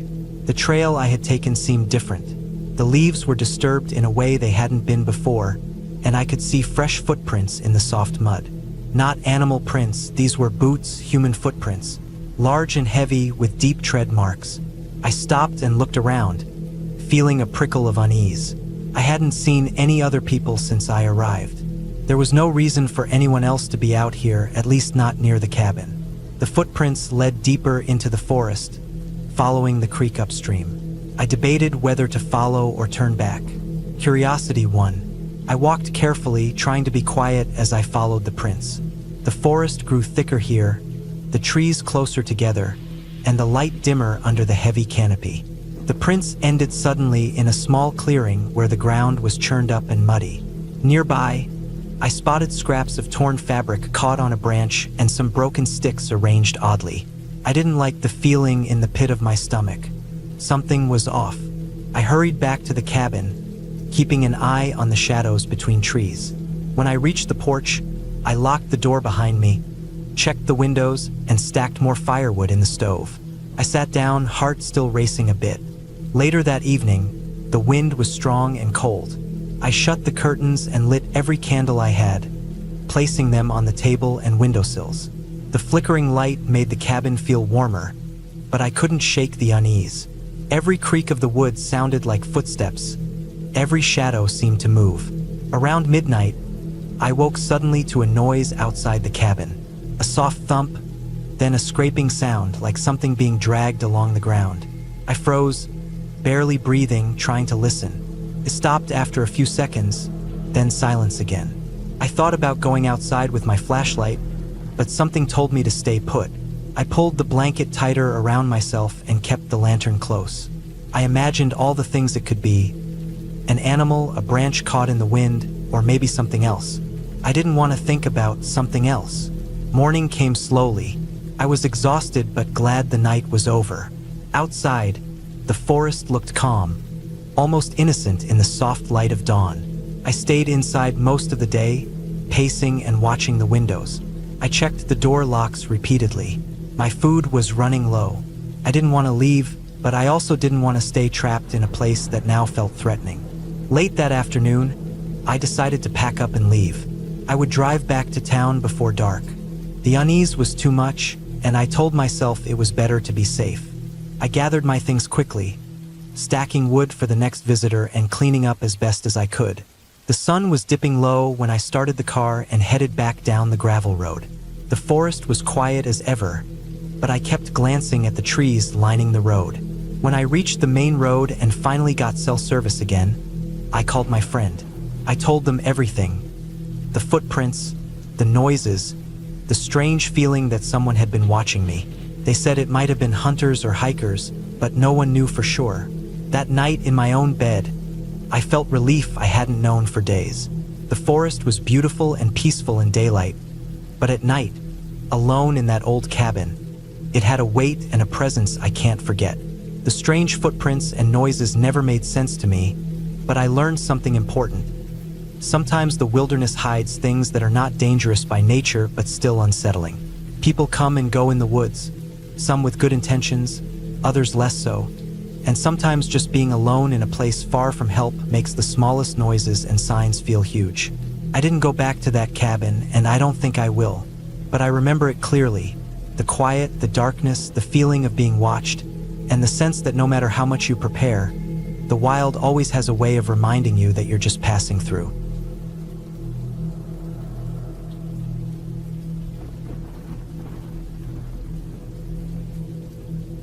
It was supposed to be a simple weekend away. Just me, the cabin, and the woods. The kind of trip where I could unplug from everything and settle into the quiet. I'd been working a lot, stressed out, and the city noise was grinding on my nerves like sandpaper. The plan was to get deep into the forest, where the only sounds were supposed to be wind through the trees, birds, maybe the distant rustle of a deer. I told myself it would be peaceful. Nothing more than nature, solitude, and a little fresh air. I drove out Friday afternoon, the sun already dipping low. The road was narrow, winding, and rough in places, gravel crunching under the tires. The cabin was tucked away in a state park, a small wooden structure built decades ago but still sturdy, with a stone chimney, a creaky porch, and a single window looking out over a clearing surrounded by dense trees. The GPS had lost signal miles back, so I'd printed out a map. I pulled in, unloaded my bags, and set to work getting a fire going in the stone fireplace. The air smelled sharp with pine and earth. It was just what I needed. As night fell, the forest came alive. The fire crackled in the hearth, casting flickering shadows across the walls. The only light besides the weak beam from my flashlight when I stepped outside to check the perimeter.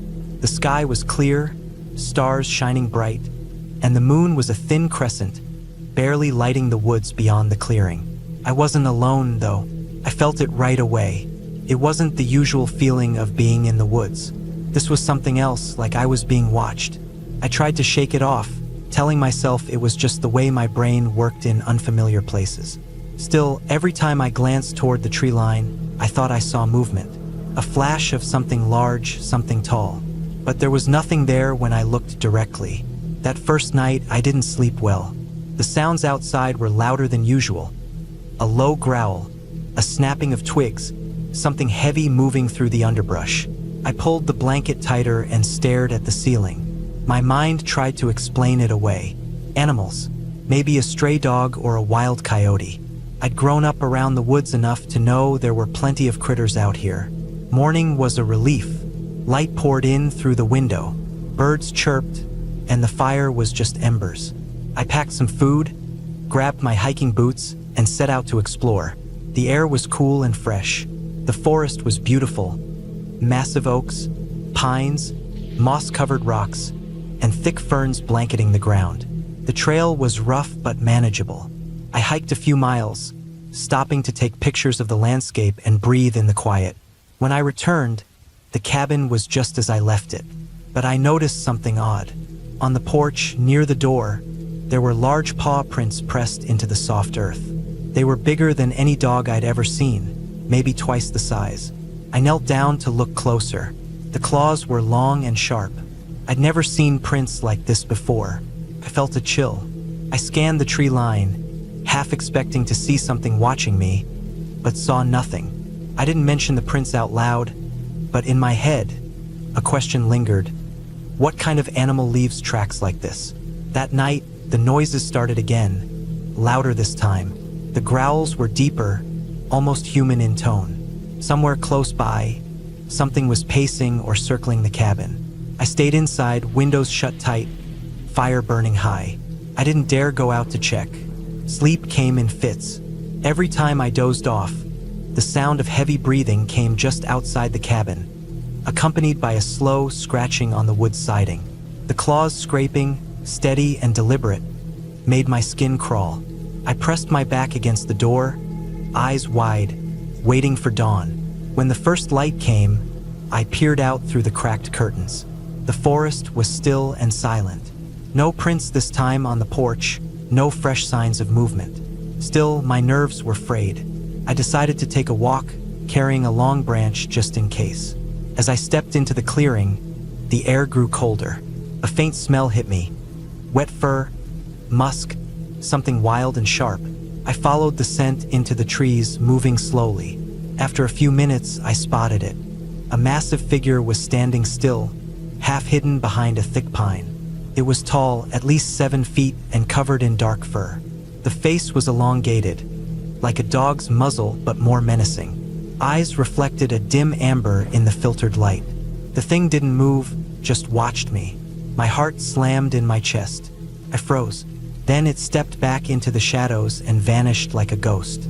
I sprinted back to the cabin, every sense screaming. Once inside, I locked the door and shoved a heavy chair beneath the handle.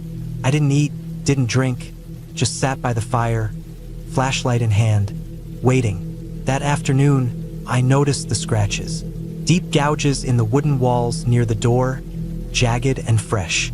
Whoever or whatever had done it was strong. The door itself had faint dents. I realized I wasn't just being watched. I was being tested, hunted maybe. The second night was worse. The creature came closer, its growls right outside the window, breath steaming in the cold air. I could hear it moving around the cabin, sniffing, trying to find a way in. The fire was low, but I kept it alive with twigs and branches. I wasn't sure if it scared the thing or just marked its territory. At one point, it let out a low howl, a sound that chilled me to my core. It wasn't a normal animal howl. It was rough, like a warning. I didn't respond. I didn't dare. I stayed inside until sunrise, exhausted but safe. In the morning, I made a plan. I couldn't stay here another night without knowing more or being prepared. I spent hours examining the area, trying to find clues. Tracks, fur caught on branches, broken twigs. I saw that the creature had made paths through the forest, clear trails where the underbrush was trampled and flattened. I also found remains of animals, deer, rabbits, parts chewed and scattered. This thing was a predator. I packed up my gear quietly, moving as fast as I could without making noise. As I got to the edge of the clearing, I caught movement out of the corner of my eye. There it was again, standing tall and still, just watching. The eyes locked on mine, unblinking. It was close, maybe 50 feet away. I kept walking slowly, not turning my back. My breath was loud, heart pounding so hard I thought it might burst. When I reached my truck, I jumped in and slammed the door shut. The thing was at the edge of the tree line, watching me leave. I didn't stop until the trees were behind me and the roads were paved again. Later, I looked it up, and apparently this kind of thing is sometimes called a dogman, part human, part canine, a creature of folklore. But I don't believe in folklore. I only believe what I saw with my own eyes. It wasn't a ghost. It wasn't a monster from a story. It was real, wild, and dangerous, and it had been watching me, waiting. I never went back to that cabin. But sometimes, at night, I still hear scratching outside my window, and I wonder if it's out there, still watching.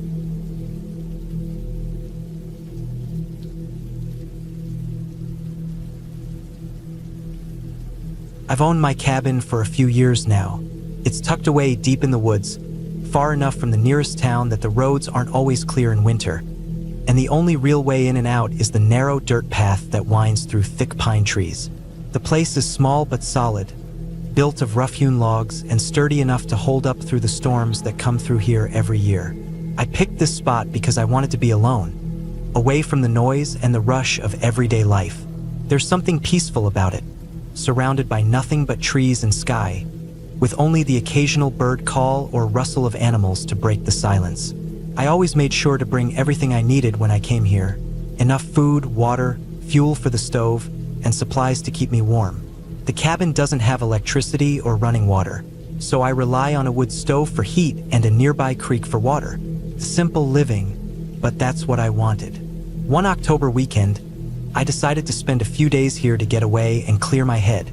The weather had started to cool off, the leaves turning yellow and red, and the air was crisp. I drove up the dirt road with my truck loaded down with firewood, canned food, and blankets. When I arrived, the first thing I did was unload everything, stacking the firewood neatly by the porch and bringing in my gear. I closed the heavy wooden door behind me and felt the quiet press in around me. I spent the first day doing small chores, sweeping the floor, checking the wood stove, gathering more firewood from the pile I had stored earlier. The cabin smelled of pine and dry wood smoke, and the soft creak of the logs settling in the cool air was the only sound. I sat by the window watching the shadows lengthen as the sun dropped behind the trees. That night, I built a fire in the stove and cooked a simple dinner on my camping stove. Outside, the wind picked up, rattling the windows and making the trees groan. I was used to nights like this, but there was something different about this one. The darkness felt heavier, almost like it was pressing in closer than usual. I shrugged it off and went to bed early, the cabin quiet except for the occasional crackle from the fire. The second day started with a heavy fog hanging over the forest. I couldn't see far beyond the porch railing, and the air felt damp and cold. I decided to take a walk along the trail behind the cabin, hoping the fresh air would clear my head. The forest was dense, the trees standing close together with thick underbrush making the path narrow and uneven. I kept my eyes on the ground to avoid tripping over roots and rocks, but every now and then, I'd glance up and catch movement out of the corner of my eye. A squirrel darting across a branch, a flock of birds taking off in a noisy rush. The farther I walked, the quieter it became. The fog muffled the usual sounds of the forest, and I noticed how still everything was. No birds singing, no rustling in the leaves. It was like the woods had gone silent. I stopped and looked around, feeling an unexpected chill run down my spine. Something about the silence felt wrong. I turned back toward the cabin, but on the way, I heard something. A low snap of a branch breaking somewhere off to my right. I stopped dead, listening. The forest seemed to hold its breath with me. Then I heard it again, louder this time. Footsteps. Slow, heavy, deliberate footsteps moving through the underbrush. I started walking faster, trying to stay calm. I told myself it was probably just a deer or some other animal, but the footsteps didn't sound like anything I knew. They were heavier, almost like someone was walking in boots, carefully stepping through the brush. I glanced behind me and caught a brief glimpse of a dark shape moving between the trees. My heart pounded, and I broke into a run, stumbling over roots and rocks as I pushed toward the cabin. When I burst through the trees and onto the porch, I slammed the door shut behind me and locked it. I leaned against it, breathing hard, trying to shake the feeling that someone had been following me. I checked the windows. They were dark, no sign of movement outside. The wind had picked up again, rattling the cabin like it was warning me. I tried to tell myself it was just my imagination, but I didn't sleep well that night. Every little sound outside, the crack of a branch, the rustle of leaves, made me jump. The cabin felt smaller, like the walls were closing in, trapping me with something I couldn't see. The next morning, I found footprints in the dirt just beyond the porch steps. Heavy boot prints, too big to be mine, heading into the woods. I didn't recognize the tread pattern. My stomach turned cold. Someone had been here while I was inside. How long had they been watching the cabin? How close had they been? I spent the day staying near the cabin, keeping the fire burning and the door locked. I checked my phone, no signal. That was the one thing I hadn't prepared for. Being completely cut off. No way to call for help if something went wrong. As the day faded into evening, the sky darkened early behind thick clouds. I stacked more wood on the fire and checked all the windows again, making sure they were locked tight. I moved quietly, listening for any sounds outside. The wind was calmer now, but the silence was worse. It was like the forest was holding its breath, waiting. Late into the night, I heard it again. That slow, heavy crunch of footsteps in the dirt outside. I froze, straining to hear more, but the sound stopped after a moment. Then, faint scratching at the door. Someone was trying to open it. I gripped the handle of the old hunting knife I kept by the bed, heart hammering. The scratching stopped, and the silence stretched out again. I waited, listening, but there was no more noise. When dawn finally came, I was exhausted but alive. I opened the door cautiously, looking around. No sign of anyone. Just the forest, cold and quiet as always. But I knew I wasn't alone. Someone had been here, close enough to touch, and they could come back. I packed up everything I could carry, food, water, blankets, and prepared to leave. I didn't want to spend another night in the cabin, not knowing who was outside or what they wanted. I drove down the dirt road, keeping my eyes on the trees, feeling the weight of the forest silence pressing behind me. I haven't gone back since.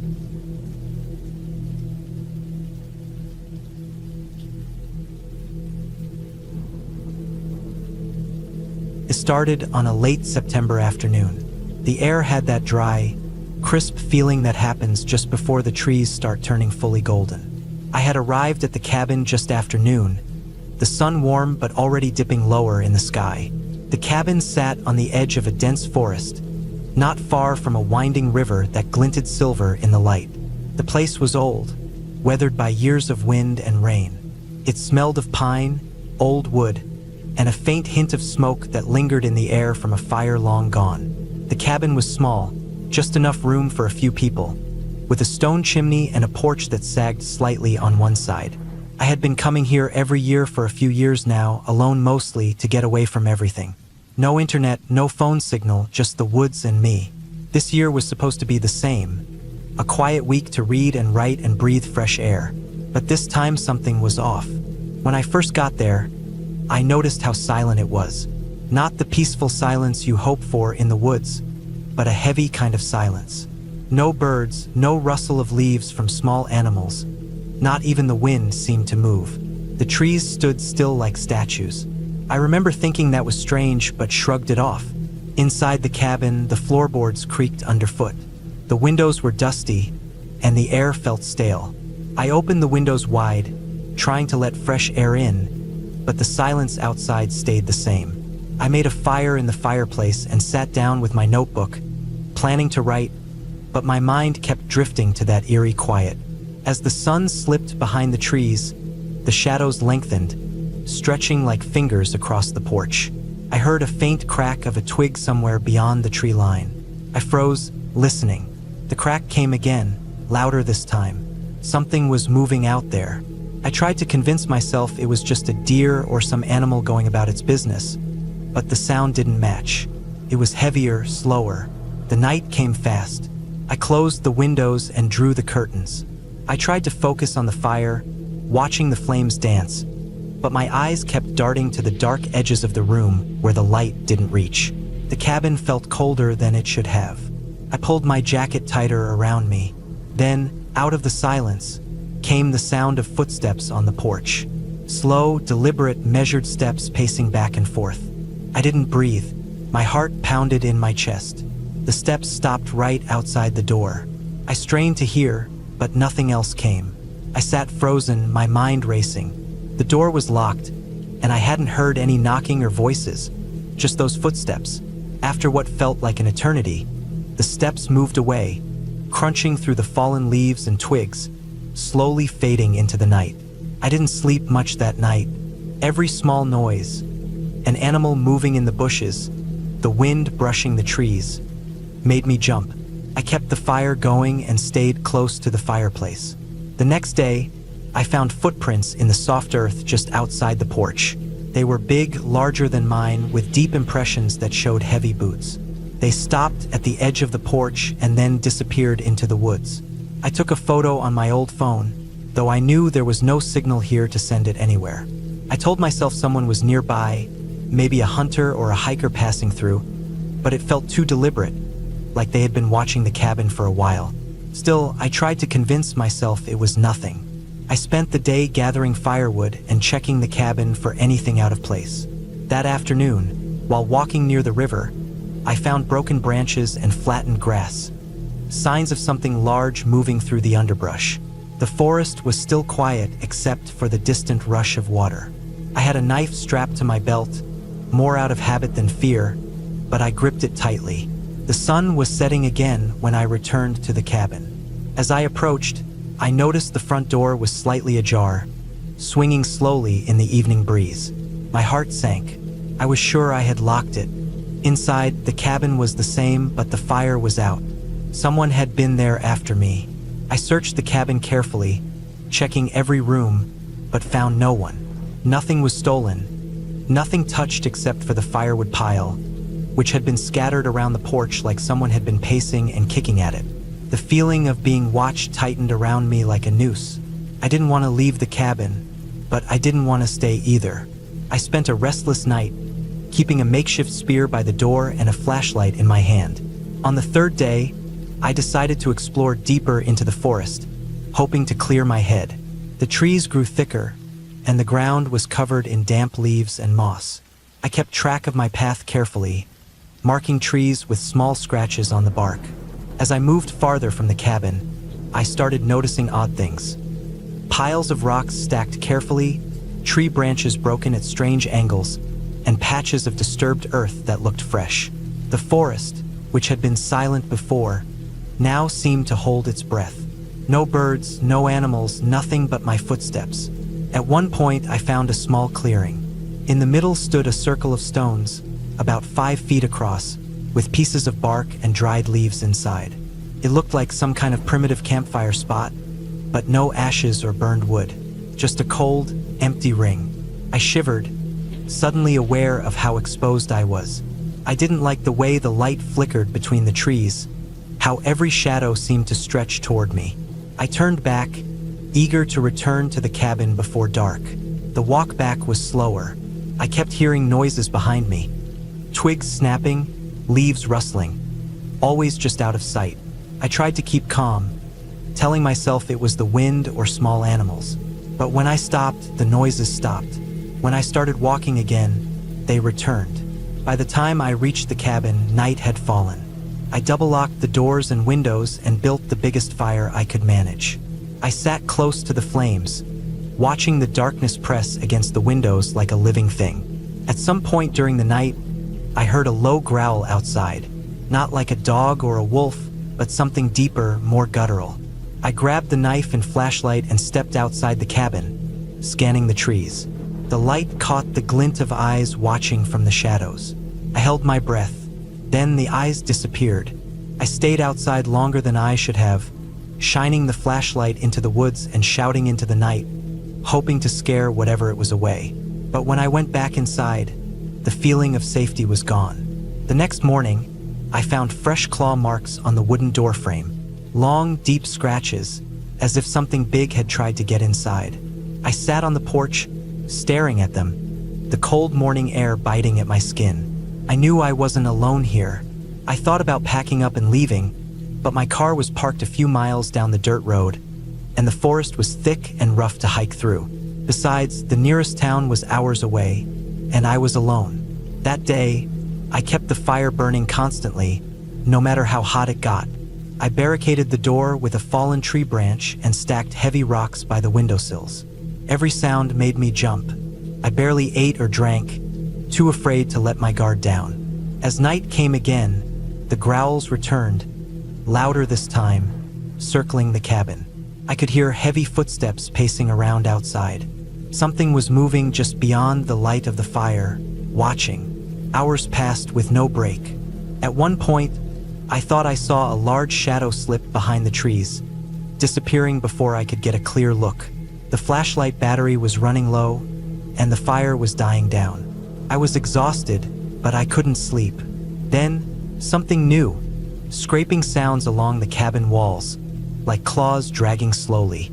I held the knife tight, chest heaving, eyes wide. The noise stopped, and silence returned, thicker than before. I knew I couldn't stay inside forever. I needed to get out. At first light, I packed a small bag with water, some food, the knife, and my phone. I still had no signal, but I hoped to find a spot closer to the road. I left the cabin carefully, looking back only once. The claw marks on the door seemed to stare at me as I walked away. The forest seemed different in daylight, less threatening but still quiet. I moved fast, trying to keep a steady pace. The noises were less frequent but not gone. Every now and then, I caught glimpses of broken branches or flattened grass where something large had passed. About halfway to the road, I heard a low rumble, like a growl, coming from behind. I turned sharply, shining my flashlight, but saw nothing. My heart hammered. I ran the last stretch, pushing through thick brush, falling more than once but getting up faster than before. When I finally reached the road, I saw my car parked where I left it. I jumped inside, locked the doors, and started the engine. Driving away, I kept looking in the rearview mirror, half expecting to see something emerging from the trees. But the forest stayed still and quiet, as if nothing had ever happened. Back in town, I called the ranger station and told them about the claw marks and strange noises near the cabin. They said they would check it out. A few days later, the rangers found evidence.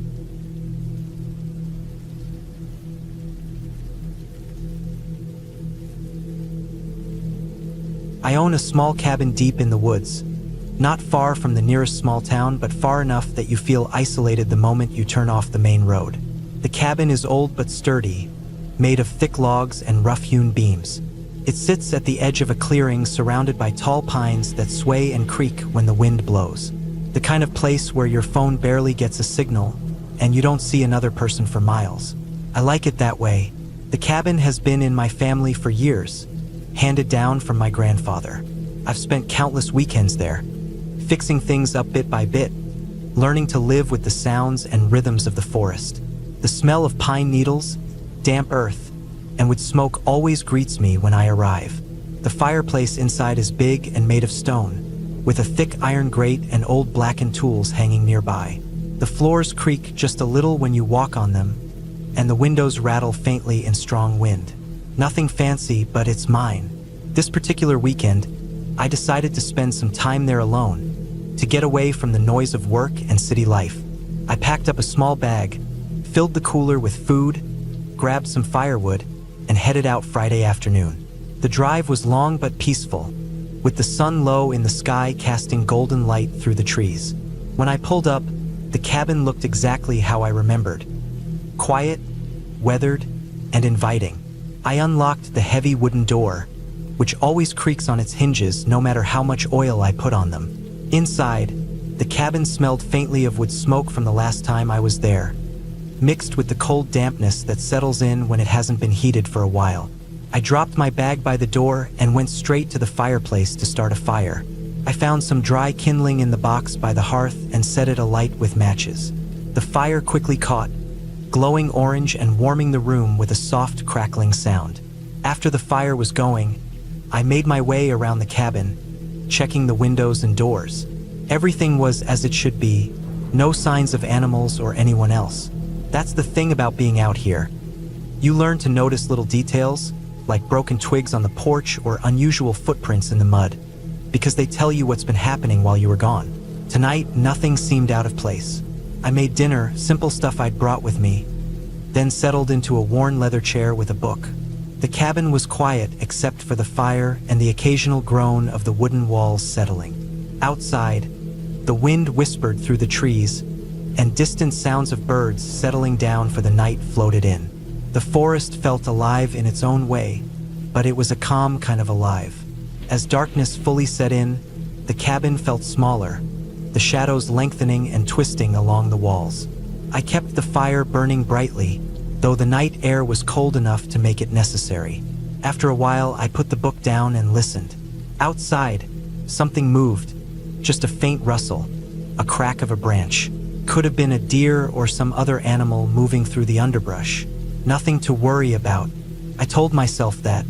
I stayed up late that night, dozing in the chair by the fire, waking every now and then to throw a few more logs on. The cold kept creeping in, and the fire was the only thing stopping the cabin from feeling completely swallowed by the darkness outside. Eventually, I went to bed using a heavy wool blanket and the one thin sheet I keep there. The bed creaked when I lay down, and the window beside me rattled softly with the wind. I could hear the trees scratching against each other, the occasional call of a night bird, and somewhere far off, the low howl of a coyote. I closed my eyes, but the sounds didn't let me sleep easily. Sometime around midnight, I woke to a strange noise. It wasn't the usual forest sounds. It was something different, something heavier and slower. A low thudding sound, like something large moving just outside the cabin. My heart jumped in my chest. I stayed perfectly still, listening. The sound came again. Slow footsteps pressing down on the earth, breaking twigs and crunching leaves. The porch creaked under weight. My mind raced, trying to think of what it could be. Bears were common in these woods, but they usually stayed away from human places. Coyotes and deer wouldn't make that heavy a sound. It had to be something big. I reached slowly for the old hunting rifle I kept in the corner, careful not to make noise. I wasn't a hunter, but I knew how to use it well enough. The cabin was pitch dark except for the embers in the fireplace. I grabbed a flashlight from the shelf and turned it on, the beam cutting through the dark. I shone it out the window, trying to catch a glimpse of whatever was there. At first, I saw nothing but shadows and the thick trunks of trees. Then, just at the edge of the porch light, I caught the shape of something large and bulky. It was a black bear, standing on all fours, sniffing around the steps. My breath caught. The bear's eyes reflected the light, 2 yellow spots staring right back at me.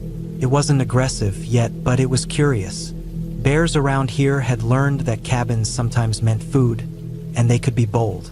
I didn't want to startle it or provoke it. Slowly, I reached for the metal canister of bear spray by the door.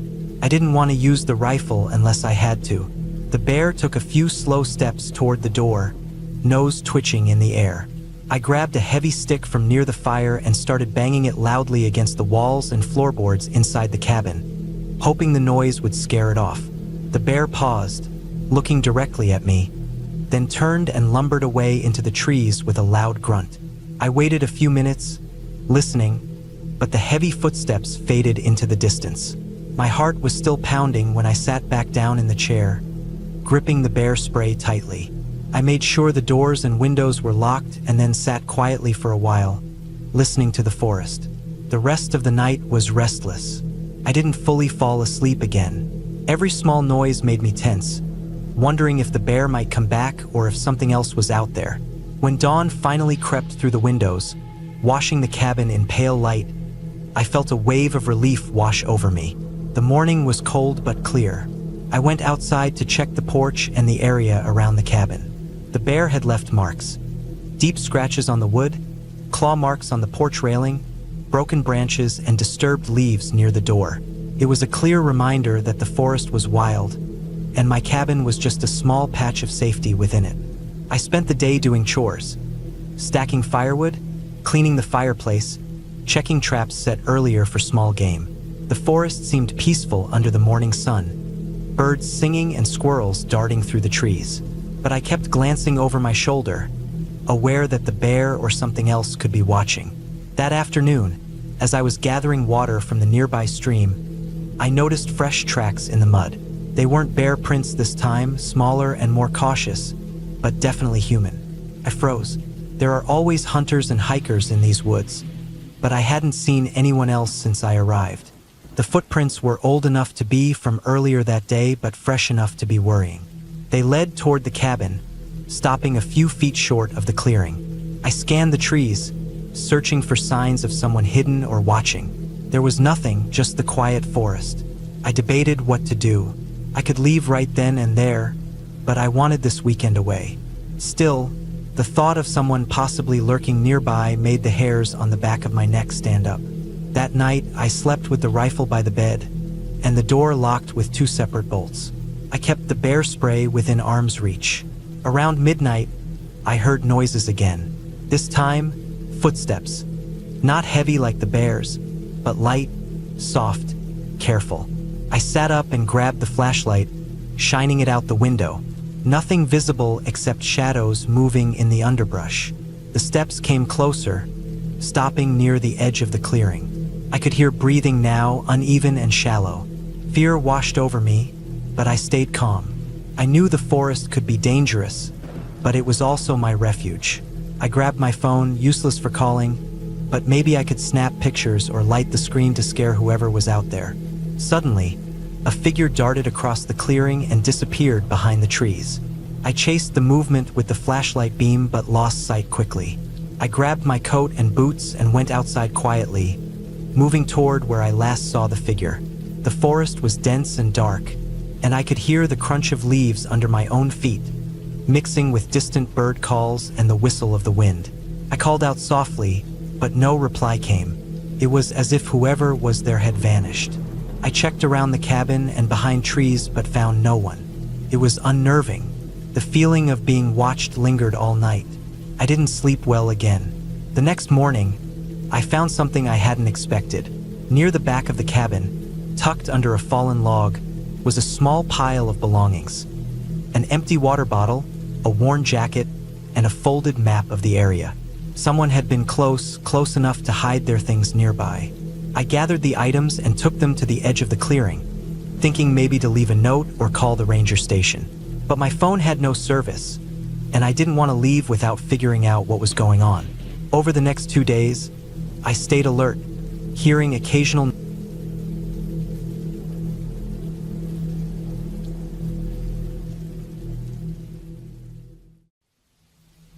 It started as a weekend trip to a remote cabin that I had rented on a whim. I needed to get away from everything: work, the city noise, people. Just me and the quiet woods for a couple of days. The cabin was small, older, but sturdy, sitting on the edge of a thick forest in the northern part of the state. The only way in was a narrow dirt road that wound for miles through the trees. No cell service, no neighbors for a good 10 miles. When I arrived late Friday afternoon, the sun was already low, casting long shadows through the pine trees. The air smelled crisp and fresh, a mix of pine needles, earth, and cold that hinted at the coming winter. I parked my old car near the cabin, grabbed my backpack and supplies, and unlocked the door. Inside, it smelled faintly of damp wood and a bit of dust. The cabin had a simple kitchen, a small wood stove, one bedroom with a narrow bed, and a tiny bathroom. No electricity except for some solar lights on the porch. I unloaded my gear, stacked some firewood next to the stove, and set about making the place feel like home. I wanted a quiet weekend of reading and hiking, maybe some fishing if I had the energy. The forest outside was thick and silent, the only sounds coming from birds and an occasional rustle in the underbrush. As night fell, I built a fire in the stove, the crackling flames filling the room with warmth and light. Outside, the darkness pressed in, thick and complete, broken only by the weak glow of the stars through the window. I sat on the worn couch, sipping a beer, listening to the occasional snap of a twig from the forest. The silence was peaceful but heavy. There was a feeling that something could be watching just beyond the edge of the porch, but I told myself it was just my imagination. Around 10 p.m., I went outside to bring in some more firewood. The moon was nearly full, casting a ghostly light over the trees. I moved quickly, the cold biting at my fingers. As I reached for the last log, I thought I heard something. A crunch of leaves to my right, maybe 50 feet away. I froze, eyes scanning the shadows. Nothing, just the trees swaying in the night breeze. I shrugged it off and hurried back inside, locking the door behind me. I double-checked the windows and pulled the curtains tight. The cabin was supposed to be secure, but out here, far from anyone, it felt fragile, like a small island in a vast, dark sea. The rest of the night passed with the occasional creak of the cabin settling and the wind whispering through the branches. Around 3 a.m., I woke to a faint noise, like footsteps crunching on dry leaves near the cabin. My heart raced. I lay still, trying to listen. The steps were slow, deliberate, moving around the cabin's perimeter. I could hear nothing else, no voice, no rustling of clothes. Just slow, heavy steps circling the building. I reached for my phone to check the time and get a flashlight app, but there was no signal, no light. I grabbed a small flashlight from my bag and shone it out the window. The beam caught nothing but empty trees. The footsteps stopped.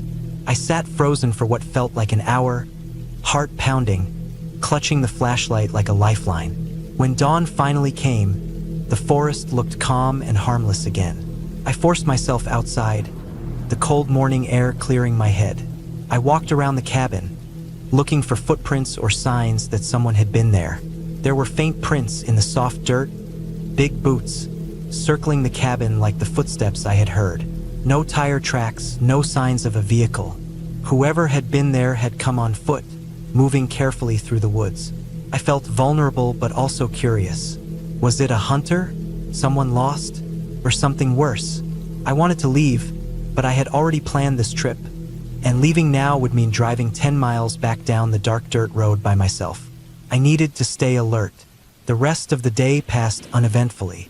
I kept the fire going, hiked a short trail a few hundred yards from the cabin, and avoided wandering too far. At night, I made sure to lock everything tightly and kept a heavy stick by the door. The second night was worse. Around midnight, The footsteps came back, louder and closer this time. I could hear heavy breathing outside, slow and measured. I sat by the stove, flashlight in hand, listening to the breathing fade away and then return, as if someone was pacing just beyond the windows. I tried to stay calm, reminding myself there was no reason for anyone to be out here in the dead of night, except maybe a desperate traveler or a hunter. Around 2 a.m., I heard a faint knocking at the door. Not a knock like someone politely asking to come in, but a tapping like someone testing if the door was locked. My hand trembled as I looked through the peephole. Nothing. The woods were empty, just swaying branches. The knocking stopped. The footsteps moved away, fading into the dark. I didn't sleep the rest of the night, sitting by the fire, flashlight scanning the windows, the stick ready. The next morning, I found strange marks on the porch steps. Deep scratches, like claws or a tool scraping against the wood. There were also more boot prints, circling the cabin again but closer this time, almost like whoever had been there had been watching me. I packed a small bag, considering leaving early, but I also felt a strange determination to understand what was happening. I decided to hike down the dirt road into the nearest town, about 6 miles away, to find help or at least get a phone signal. The hike was long and difficult. The dirt road was narrow, uneven, and surrounded by thick forest. I kept looking behind me, uneasy, feeling eyes watching from the trees. After a couple of hours, I finally reached a small convenience store on the edge of town. Inside, I told the clerk about the strange things at the cabin. He nodded, a little grim. "You're not the first to say something like that out there," he said. "Sometimes hunters or drifters come through those woods. Some are harmless, but others, they don't always mean well. If you're camping alone, you gotta be careful." I asked if I could call the local sheriff. The clerk dialed, but after a brief conversation, he shook his head. "They're stretched thin. Not much they can do unless someone gets hurt. They suggest you don't stay there alone."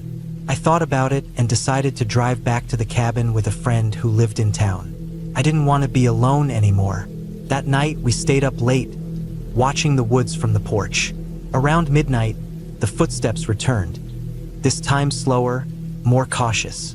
My friend shone a bright flashlight into the trees, and for a moment we saw a figure.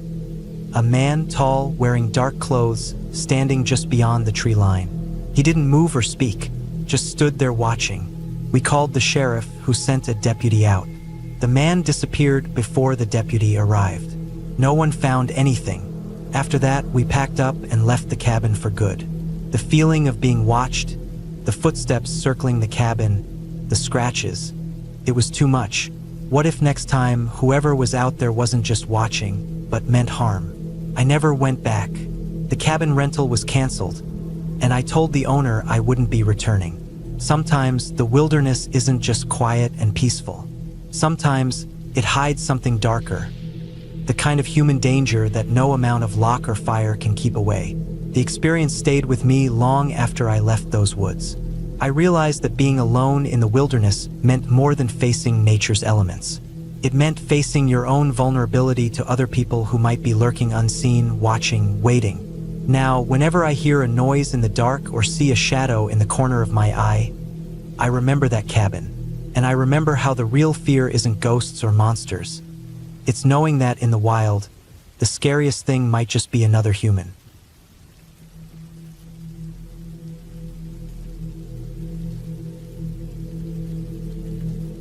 The drive up to the cabin was longer than I expected, even though I had the directions printed out and my GPS telling me I was almost there. The road turned from paved to gravel, then narrowed to a rough dirt path winding through thick woods. The sun was sinking low behind the trees, casting long shadows that made the forest look like it was swallowing the road whole. I had to keep my speed low because the path was full of potholes and loose rocks. Every so often, I caught glimpses of the cabin through the trees, a dark shape with a slanted roof and a stone chimney. I wasn't sure why I agreed to spend the weekend alone in a place like this. The cabin was owned by an old family friend who had lent it to me to get away from the city and clear my head. I had imagined peaceful mornings with birdsong and the smell of pine, but as the daylight faded, the woods looked like a trap closing in. When I finally pulled up to the cabin, the gravel crunched under my tires, and the air smelled sharp and cold, even though it was early fall. I grabbed my bags, unlocked the door with the key taped under the porch, and stepped inside. The cabin was small but cozy, with wooden walls, a stone fireplace, and a handful of simple furnishings. A bed, a table, a few chairs, and a small kitchen corner. Dust hung in the air, but everything looked sturdy and well-kept. I unpacked slowly, the silence inside the cabin settling like a weight. Outside, the wind rustled the trees, and a few birds called to one another before settling down for the night. I built a fire in the fireplace, the flames flickering shadows across the walls. It felt good to have something warm and alive in the room, a contrast to the dark woods pressing against the windows. After dinner, a can of beans heated over the stove. I sat by the fire, staring into the flames. The quiet was almost too much. No cars, no voices, no distant hum of civilization. Just the crackling of the fire and the occasional creak of the old wood settling. I kept glancing at the windows, half expecting to see a figure standing out there in the darkness. But there was nothing.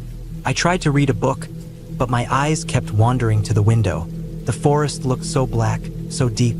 The tall trees lined up close to the cabin, their branches swaying and casting strange, shifting patterns in the firelight. I felt a chill that had nothing to do with the temperature. I went to bed early, thinking the exhaustion from the long drive would help me sleep. The bed creaked under me as I lay down, the quilt rough but warm. Outside, the wind had picked up. I heard it whistle through the trees, and the branches tapped against the window like fingers scratching at the glass. The sounds were ordinary but unnerving in the empty quiet. Somewhere in the night, I woke up. The fire had died down to embers, and the room was dark except for the faint light from the moon through the window. I thought I heard a noise outside, a low thud, like something heavy hitting the ground. I held my breath, listening. The wind died for a moment, and I thought I heard breathing slow, steady, not mine. My heart jumped. I forced myself to get up, grabbing the flashlight I had set on the table. I stepped outside onto the porch, the cold air biting my skin. The woods were quiet again, but the beam of my flashlight caught something at the edge of the clearing, a large, dark shape moving quickly between the trees. I blinked, but it was gone. My mind raced. Could have been a deer or a bear, but the shape was too big and it moved too fast. Maybe a wild animal had wandered close. The thought should have been enough to calm me, but the silence after the noise pressed down on me harder. I went back inside, bolted the door, and pulled the curtains closed. I kept the flashlight near the bed and lay awake, listening to the house creak and the wind moan. My eyes stayed wide open until dawn. The next morning, the sun was bright and the forest looked peaceful again. I stepped outside, feeling the chill of the fresh air. I walked around the clearing, shining the flashlight into the shadows where I had seen the movement. There were no tracks, no broken branches, nothing to explain the noise. It was as if whatever had been there left no trace. I tried to shake off the feeling as I went about my day, chopping firewood, gathering water from the small creek nearby, and fixing a few loose boards on the porch. I noticed that the woods were quieter than I expected. No birds singing, no squirrels scampering. It was strange, but I told myself it was just the early hour. That night, the wind was stronger. The branches scratched against the cabin like nails on a chalkboard. The noises outside were louder. Something moved in the underbrush, snapping twigs and shifting leaves. I could hear heavy footsteps circling the cabin, slow and deliberate. I sat by the fire, the flames barely keeping the cold away.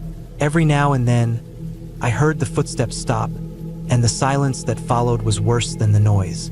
My mind pictured eyes watching from the darkness, just beyond the reach of the firelight. I wanted to believe it was an animal, but the footsteps were too measured, too cautious, like someone trying not to be seen. I checked all the doors and windows again. Everything was locked tight, but the feeling of being watched clung to me like a shadow. Sleep came in fits. Every time I drifted off, the sound of footsteps or a branch breaking jolted me awake. I kept the flashlight close, the batteries fresh. I thought about leaving, but the road was muddy from recent rains, and my phone had no signal. I was stuck here until morning. On the third night, the noises got worse. There was a scraping at the back door, slow and soft, like something trying to pry it open without making too much noise. I grabbed my pocket knife, a small but sharp blade I always carried, and crept toward the door. The wind howled outside, and rain began to fall, tapping rhythmically on the roof. I pressed my ear against the door. The scraping stopped. For a long minute, there was only the sound of rain and wind. Then, a low grunt came from outside. It was close, too close. I swallowed hard, my heart pounding in my chest. I turned the knob. The door was locked tight, but the wood around the frame was splintered. The paint chipped and scratched as if something had tried to force its way in. I looked down and saw deep marks in the dirt. Large footprints, heavy and uneven. Panic rose in me, but I forced myself to think. Who or what would be out here? There were no houses nearby, no hunters or campers that I knew of. I grabbed the flashlight and knife and stepped outside into the rain. The woods were darker than ever, the rain soaking through my jacket. I shone the flashlight around, catching glimpses of movement in the trees. Something large moved just beyond the beam. I raised the knife and called out, my voice shaking. No answer. I backed toward the cabin, trying to keep my eyes on the shadows. Suddenly, a figure stepped out from behind a tree. It was a man, dirty and soaked, wearing ragged clothes. His eyes were wild, and his face was streaked with mud. He didn't say anything, just stared. I froze for a second, then stepped back inside the cabin and slammed the door. My hands trembled as I locked it again. The man's footsteps circled the cabin, slow and heavy. I could hear him breathing hard, muttering under his breath. I sat down by the fire, knife in hand, and waited for dawn. When the first light came, the man was gone. I stepped outside carefully and checked the perimeter. There were footprints everywhere, some fresh, some older, but no sign of the man himself. I packed my things quickly, loaded the car, and didn't look back as I drove down the dirt road. The cabin disappeared behind me, swallowed by the trees. I didn't call anyone, didn't tell anyone what happened. I just needed to be somewhere safe with people around. The forest was beautiful in the daylight, but at night, it held secrets I didn't want to find again.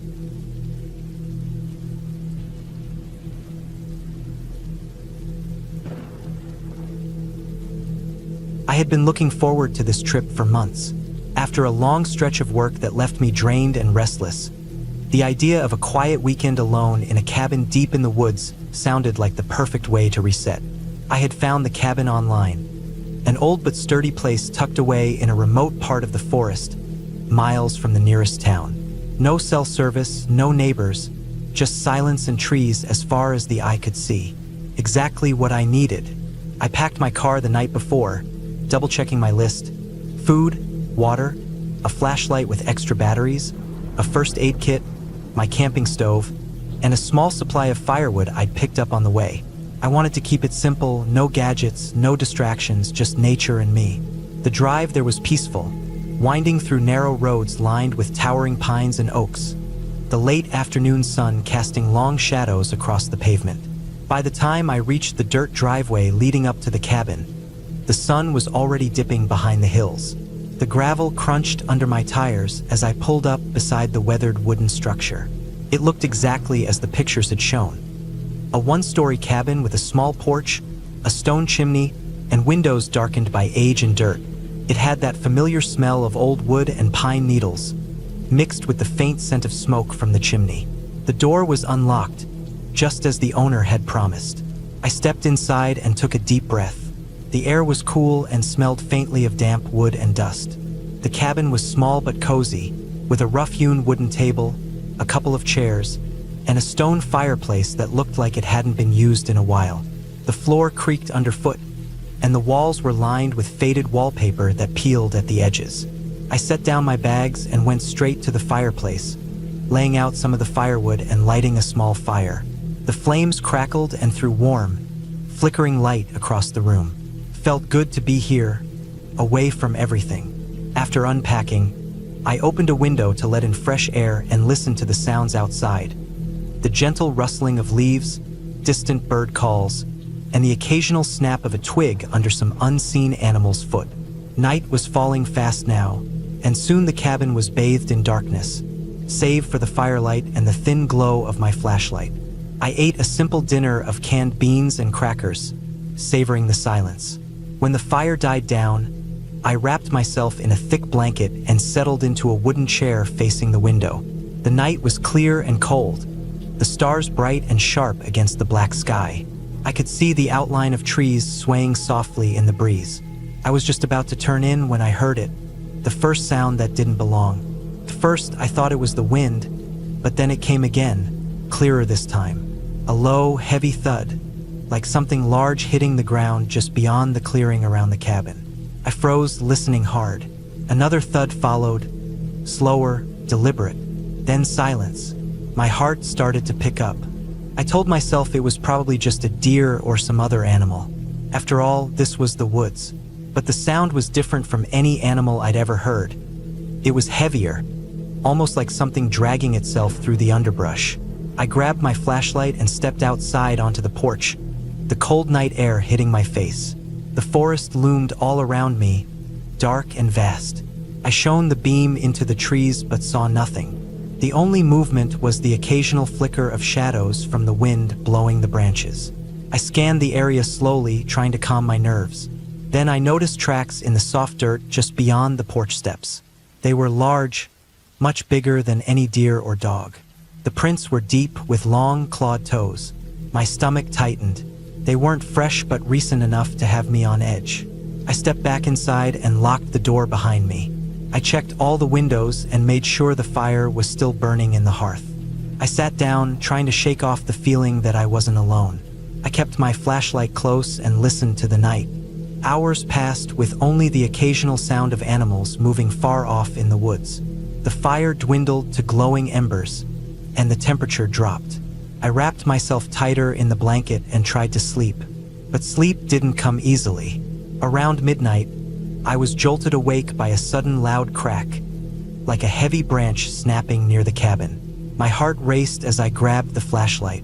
I sat up, shining the light out the window.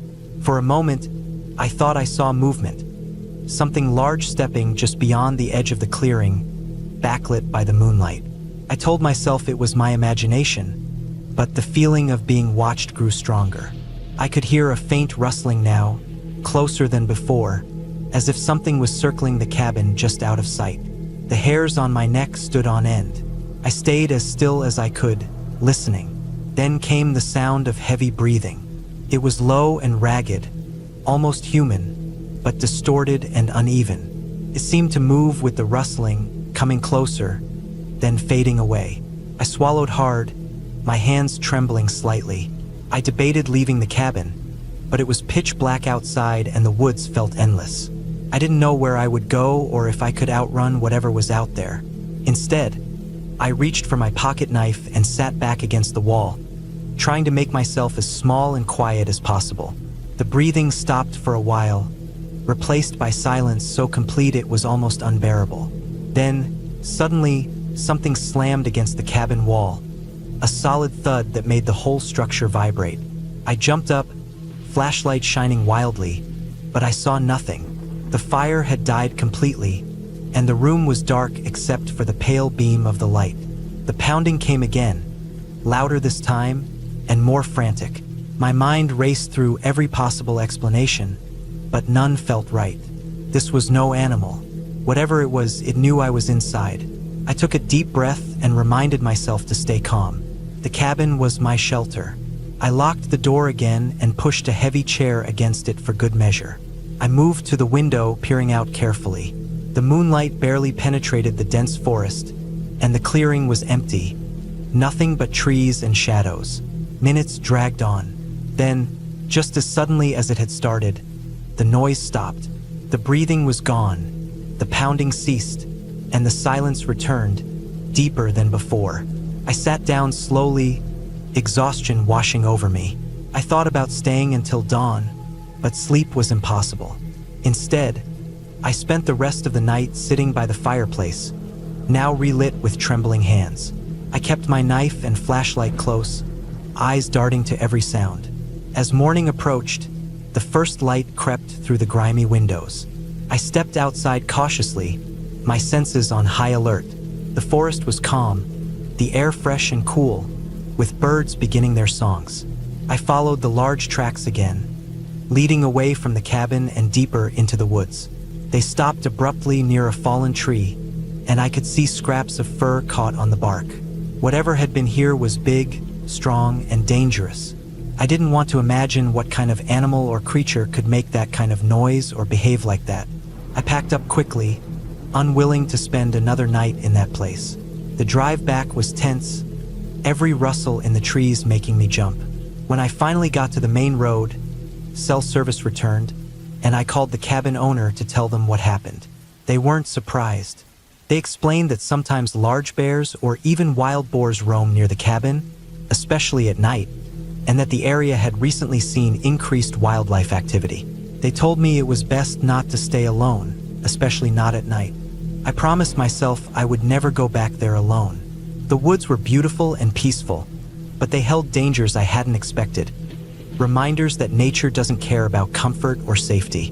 That trip changed how I saw the wilderness. It's not just a place to escape to. It's alive, unpredictable, and sometimes very scary.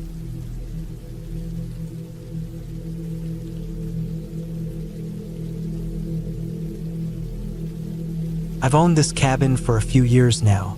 It's a small, weathered wooden structure tucked away deep in the forest, far enough from town that the nearest neighbor is a good 30 minutes away by dirt road.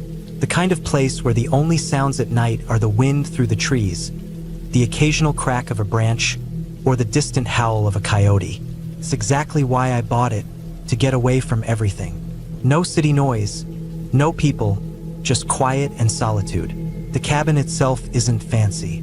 It's about 600 square feet, with one bedroom, a small kitchen, and a living room with a wood stove that's the heart of the place. The windows are old and drafty, letting in chilly air even when they're shut tight.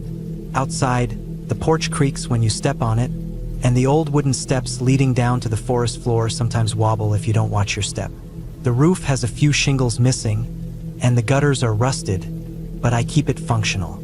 I usually come out here alone for a few days at a time, to disconnect, read, maybe do some hiking. The closest town is small, barely a few hundred people, and they're friendly but quiet folk who keep to themselves. No cell service at the cabin, which is part of the draw, but also part of the problem when something feels off. This particular trip started like any other. I packed a bag with essentials: clothes, some food, water, my old camping stove, a lantern with fresh batteries, matches, and my trusty pocket knife. I made sure to fill the propane tank for the stove and double-checked the firewood stacked by the back door. The drive-in was uneventful. The sun was setting as I pulled off the main road onto the narrow dirt track that led to the cabin. The sky was painted in deep oranges and purples, and the forest cast long shadows over the ground. I felt that familiar calm settling in, the kind that only comes when you're far away from everything. I unlocked the door and stepped inside.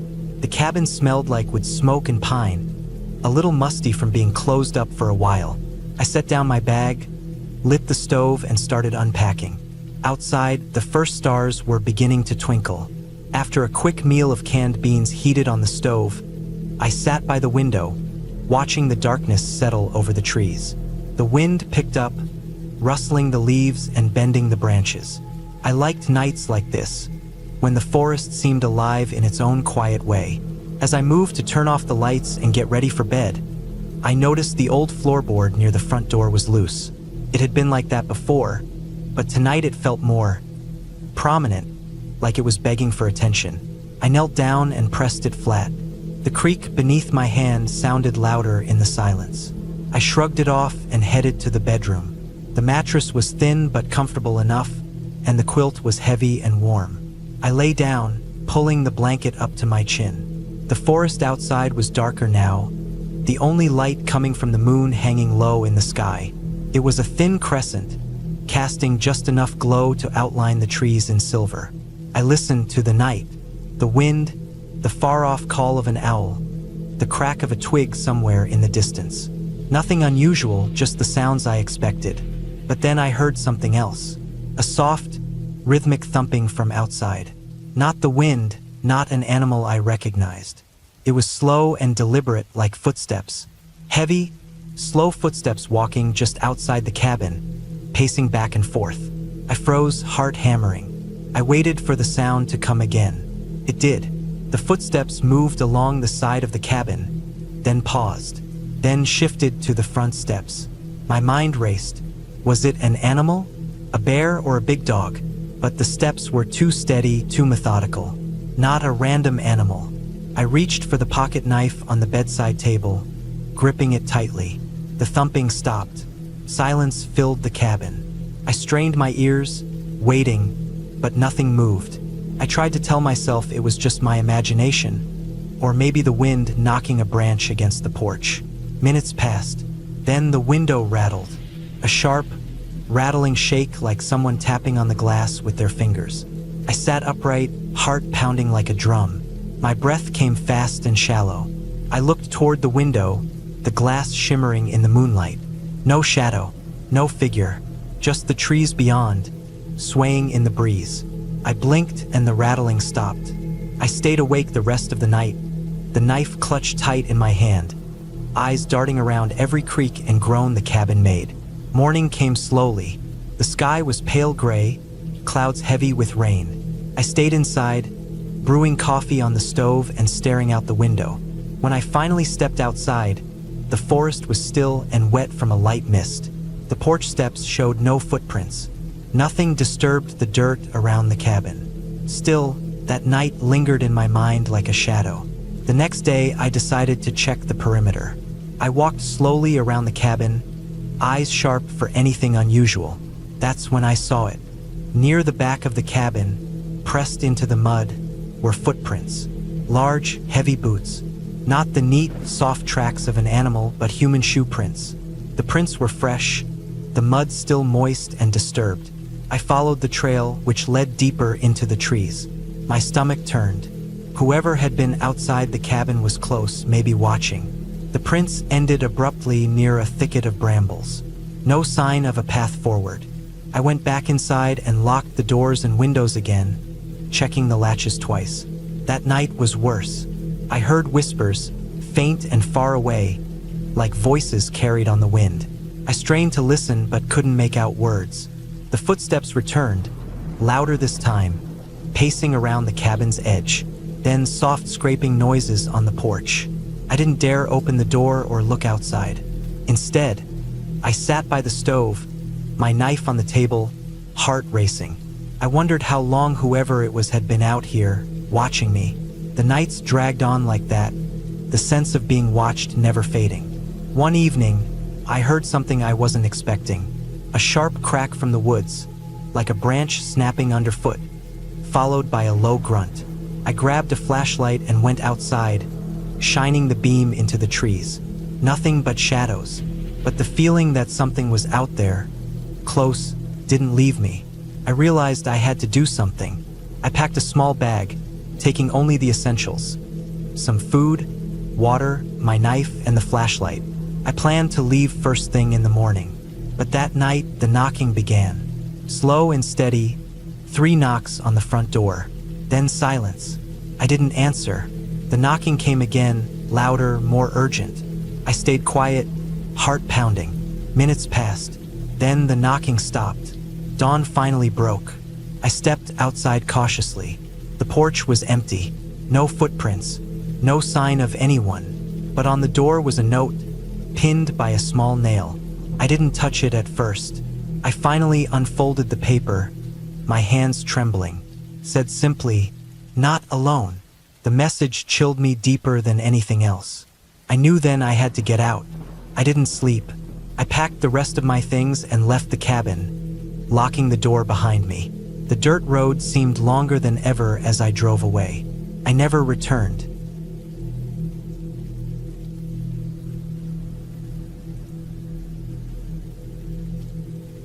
The cold air hit my face the moment I stepped off the truck, sharp and clean, carrying the faint scent of pine and damp earth.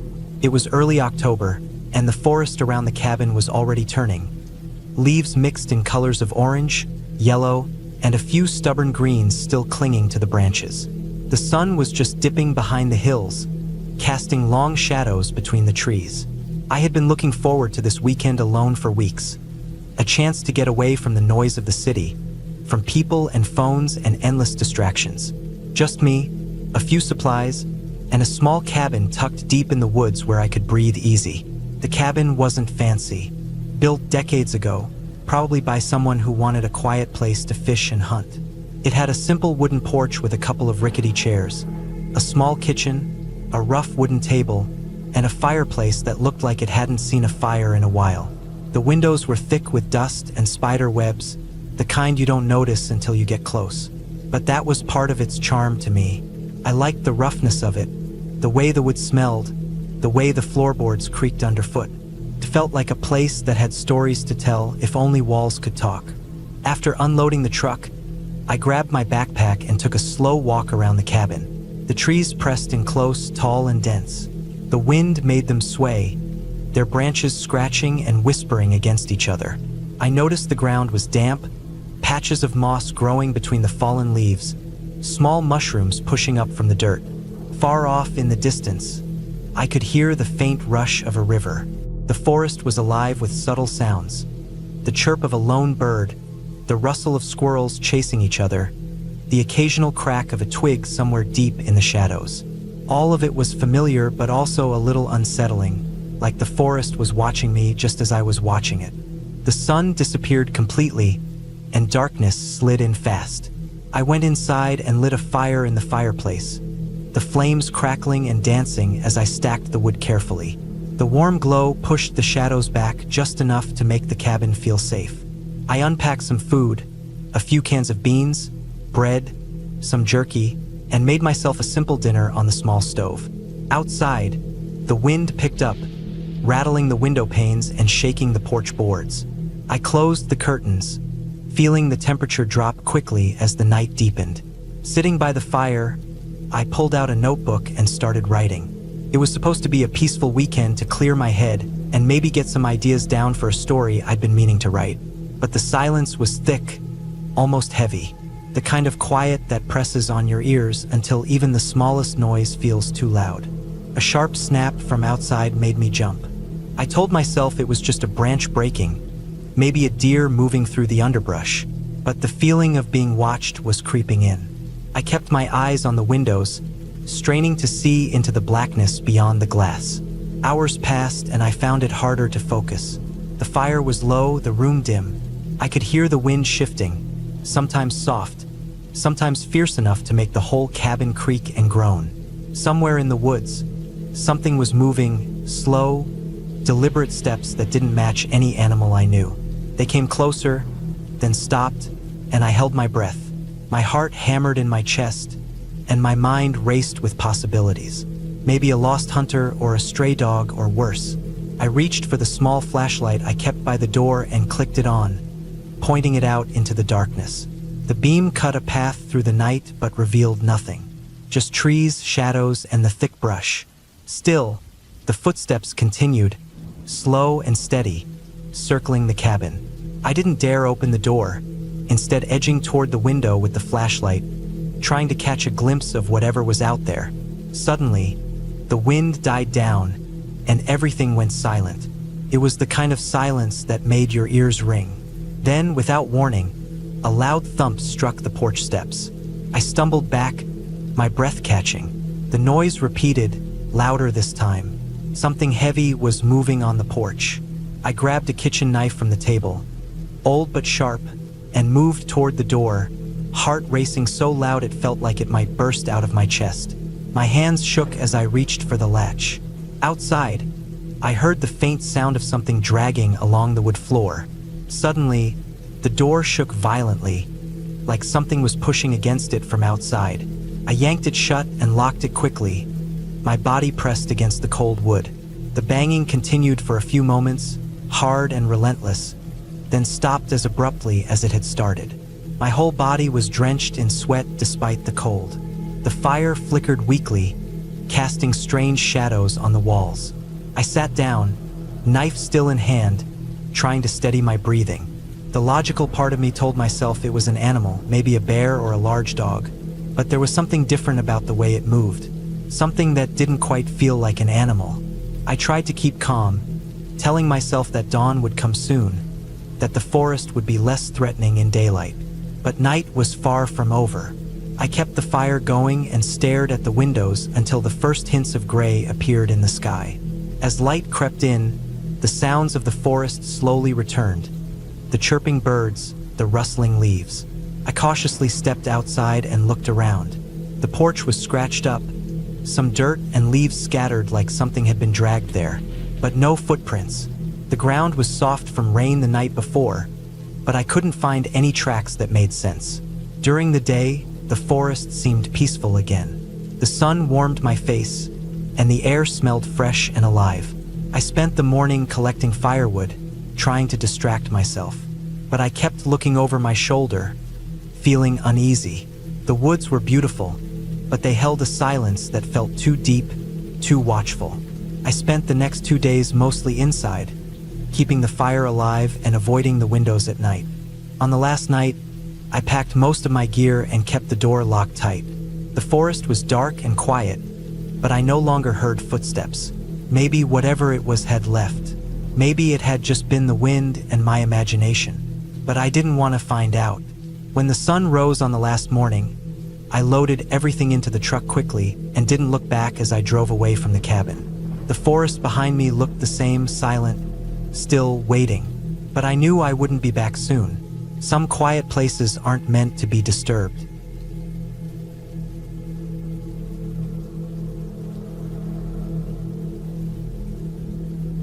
It was late September when I decided to spend a weekend alone in the cabin. The plan was simple: get away from the noise and the stress of the city, breathe fresh air, and maybe spend a couple of nights reading and hiking. The cabin wasn't far from the road, but far enough that the nearest neighbor was at least a mile away, tucked behind thick woods and rolling hills. It was old but solid, built sometime in the mid-1900s, with weathered wooden logs, a stone chimney, and a tin roof that sometimes rattled when the wind got strong. The porch creaked with every step, and the windows were small, covered by old curtains that fluttered slightly in the breeze. I arrived around mid-afternoon, carrying my backpack loaded with essentials: food, water, a first aid kit, a flashlight, and a heavy-duty knife. The sky was a dull gray, the kind of overcast that made everything feel colder than it was. The trees surrounding the cabin were tall and thick, mostly pine and spruce, with some stubborn oaks here and there holding onto their few remaining yellow leaves. The forest floor was scattered with pine needles, dry leaves, and little broken twigs that cracked under my boots as I made my way inside. The cabin smelled of old wood and something faintly musty. Dust coated the floorboards and furniture, but the place was clean enough, clearly used regularly but not recently. A few empty cans and a rusted tin cup sat on the wooden table. I set my pack down and opened the windows to let fresh air in, watching as the wind bent the tops of the trees. I made a small fire in the stone fireplace to warm the room and settled into an old armchair by the fire with a book. The flickering flames cast dancing shadows on the walls, and the sound of the crackling fire was comforting against the silence that filled the rest of the cabin. Outside, the wind whispered through the trees, and somewhere far off, a bird called. The forest was quiet, but it felt alive. I was happy for the solitude. Night crept in slowly. The sky darkened to a deep navy, and the stars began to twinkle faintly between breaks in the clouds. I shut the windows as the temperature dropped, lit a few candles around the room, and prepared a simple dinner on the small gas stove in the corner. The food was basic: canned beans and some dry jerky, but it tasted good after the drive. I ate slowly, savoring the silence and the warmth from the fire. When I finished, I stacked some wood beside the fireplace, grabbed my flashlight, and stepped outside for a quick look around. The moon was just a thin crescent, barely enough to light the forest. The air was crisp, smelling faintly of pine and earth. I walked down a narrow path that led from the cabin into the woods, following it for maybe 100 yards before turning back. The forest was thick, and the trees seemed to close in the path like guards watching over a secret. I could hear the occasional snap of a twig or the rustle of a small animal in the underbrush, but nothing that felt threatening. Just the natural sounds of the woods. Returning to the cabin, I noticed the porch light flicker once and then go out. Odd, because it was electric and connected to a small solar panel on the roof. I shrugged it off, thinking maybe the battery was low or the panel wasn't getting enough light during the day. I went inside, closed the door firmly behind me, and locked it. I sat back in the chair, but the fire was dying down, and the candles flickered uneasily. I tried to focus on the book, but my eyes kept drifting to the window. Something about the shadows outside made me uneasy. The trees cast long, strange shapes on the ground, and I thought I saw a dark figure move behind them. It could have been my imagination, the way the wind bent branches or a squirrel jumping from tree to tree. I told myself to calm down, to remember I was alone because I wanted to be, and there was nothing out there but the forest. I blew out the candles and moved to the small bed in the corner.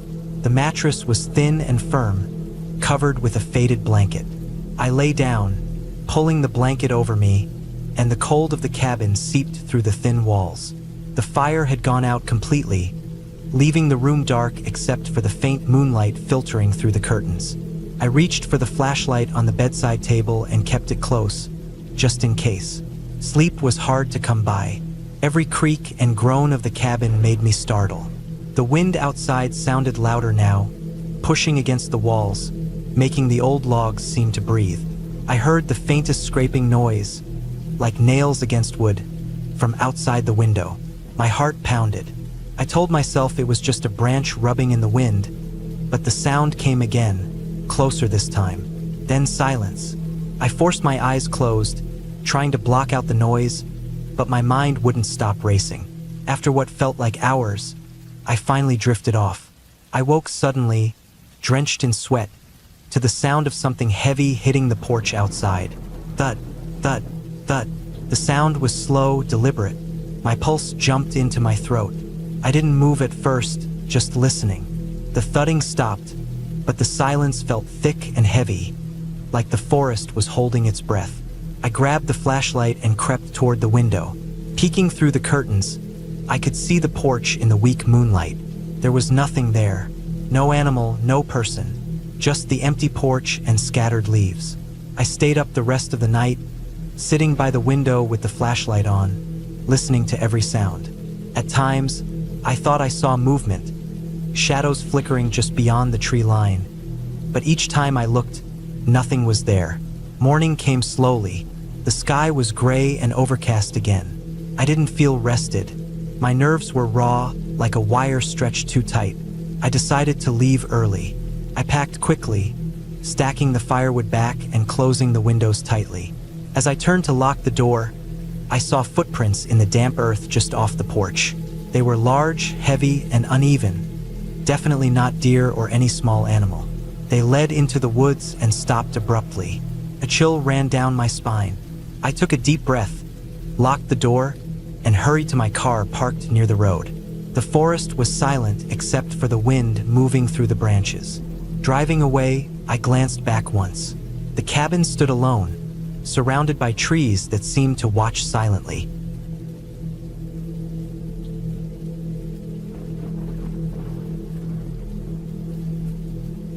The wind was just starting to pick up as I pulled the car onto the narrow gravel road that led to the cabin. I had been looking forward to this weekend for weeks. A break from the city noise, work emails, and the constant buzz of life that never seemed to stop. The forest was thick on either side of the road, tall pine trees standing like silent guards under a heavy gray sky. It was early October, and the air smelled like wet leaves and damp earth, the kind of smell that makes you feel alive, but also a little uneasy, like something unseen was just waiting beyond the next tree. The cabin itself was nothing fancy. Built maybe 50 years ago, it was a simple wooden structure with peeling brown paint and a sagging porch. The windows were fogged from the inside, and the door creaked when I pushed it open. Inside, the air was stale but carried the faint scent of wood smoke from previous visitors. I dropped my bags on the floor, the sound echoing in the quiet space. There was a small living area with a couch that looked like it had seen better days, a rusted wood stove in the corner, and a tiny kitchen with a sink and an old stove covered in dust. I had come prepared for this trip. A cooler with food, some firewood stacked neatly outside, a flashlight, extra batteries, and a thick blanket I planned to wrap myself in once the night got cold. I had no real plan except to rest, maybe read a book, and enjoy the silence that had been so rare lately. The phone barely had any signal out here, and that was exactly what I wanted. After setting things up, I took a walk outside, stretching my legs along the narrow trail that led down to a small lake a few hundred yards away. The surface of the water was smooth like glass, reflecting the dull sky above. The trees stood close, their branches swaying with the wind, creating a soft rustling sound that mixed with the occasional call of a distant bird. The sun was low now, dipping behind the hills, and the cold started to creep under my jacket. I knew soon it would be dark, and the forest would change its face completely. I made my way back to the cabin as the last light faded. Inside, I started a fire in the stove. It was tricky at first. Wet wood doesn't catch easily, but eventually, a small flame caught, flickering and growing into a warm glow that filled the room with orange light. I sat on the couch, feeling the heat on my face, and took a deep breath. It was quiet except for the crackle of the fire and the occasional creak of the old wood settling. The night grew colder, and the wind outside picked up, making the trees sway violently. I thought about the stories I'd heard from people who had stayed in cabins like this one. How the forest at night wasn't like anything you could imagine during the day. How even the smallest noise could sound huge when it was dark and you were alone. I wasn't sure I believed it, but part of me was already on edge, alert to every sound. Around midnight, I heard something outside. At first, I thought it was just the wind shaking the branches. But then, there was a low thud, like something heavy landing on the porch. I froze, listening. The sound came again, slower this time, deliberate. I grabbed the flashlight from the table and stood, heart pounding. I moved toward the door and looked outside, shining the beam into the dark. Nothing, just the empty porch, wet from the earlier rain, and the trees swaying in the wind. I stepped outside and scanned the area around the cabin. The flashlight cut a path through the dark, catching glimpses of rocks and fallen leaves, but no sign of anything living. My breath came out in white puffs, the cold biting at my face. I went back inside, locking the door carefully behind me. The fire had died down to glowing embers. I poured myself some water from the bottle and tried to settle back on the couch. But the noise outside hadn't stopped. Now it was more constant, a dragging sound, like something being pulled across the ground, mixed with soft thuds. I wanted to tell myself it was just an animal, maybe a deer or a raccoon moving through the brush, but the sound was too deliberate, too heavy. I grabbed my jacket and decided to check around the cabin. Maybe the wind had knocked something loose, or maybe an animal was stuck somewhere. I opened the door and stepped out again, flashlight in hand. The night was colder than before, and the wind pushed hard against me, making it difficult to walk steady. I circled the cabin slowly, shining the light into the shadows between the trees. The noise stopped. Nothing moved except the swaying branches. My mind raced with thoughts of wild animals. Bears, mountain lions, or worse, someone else out here with me. The thought sent a cold rush through my body. Back inside, I bolted the door again and double-checked the windows. The cabin felt smaller now, like it was closing in on me. I tried to focus on the fire, feeding it dry wood from my stack until it roared back to life. I sat as close as I could without burning myself, feeling the warmth chase away some of the fear. Hours passed. The noises outside came and went. Sometimes I thought I heard footsteps crunching on the gravel road, but every time I checked, nothing was there. My phone, which had barely any signal to begin with, finally died completely. I was cut off. Around 3 a.m., the sound started again, louder this time. Heavy breathing, slow footsteps, the sound of something big moving just beyond the treeline. I stayed perfectly still, listening with every sense on high alert. The wind dropped suddenly, making the silence even more intense. Then I saw it, a shape moving between the trees, big, dark, and low to the ground. It wasn't an animal. It walked on two legs. My heart hammered in my chest as I realized someone was out there, watching, waiting. I didn't move. I didn't breathe. I just held the flashlight steady, aiming the beam at the spot where I saw the figure disappear behind the trees. The only sound was the fire crackling and my own ragged breathing. The minutes felt like hours.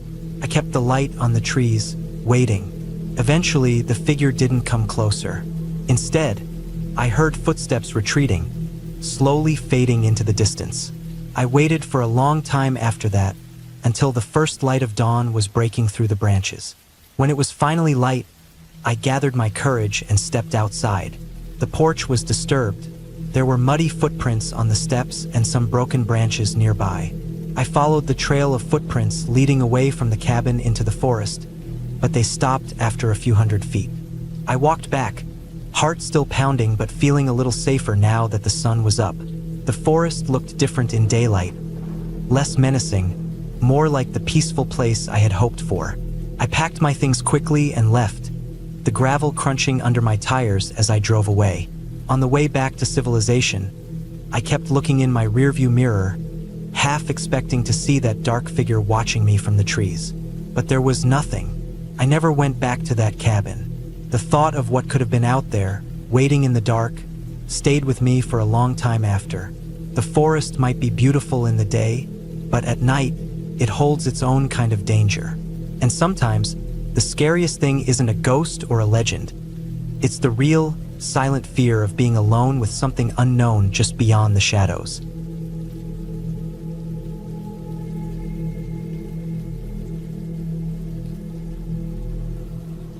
I had been looking forward to this trip for weeks.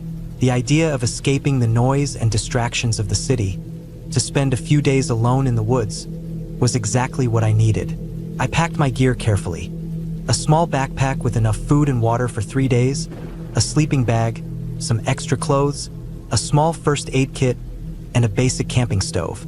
I wasn't an experienced camper by any means, but I knew enough to keep myself safe.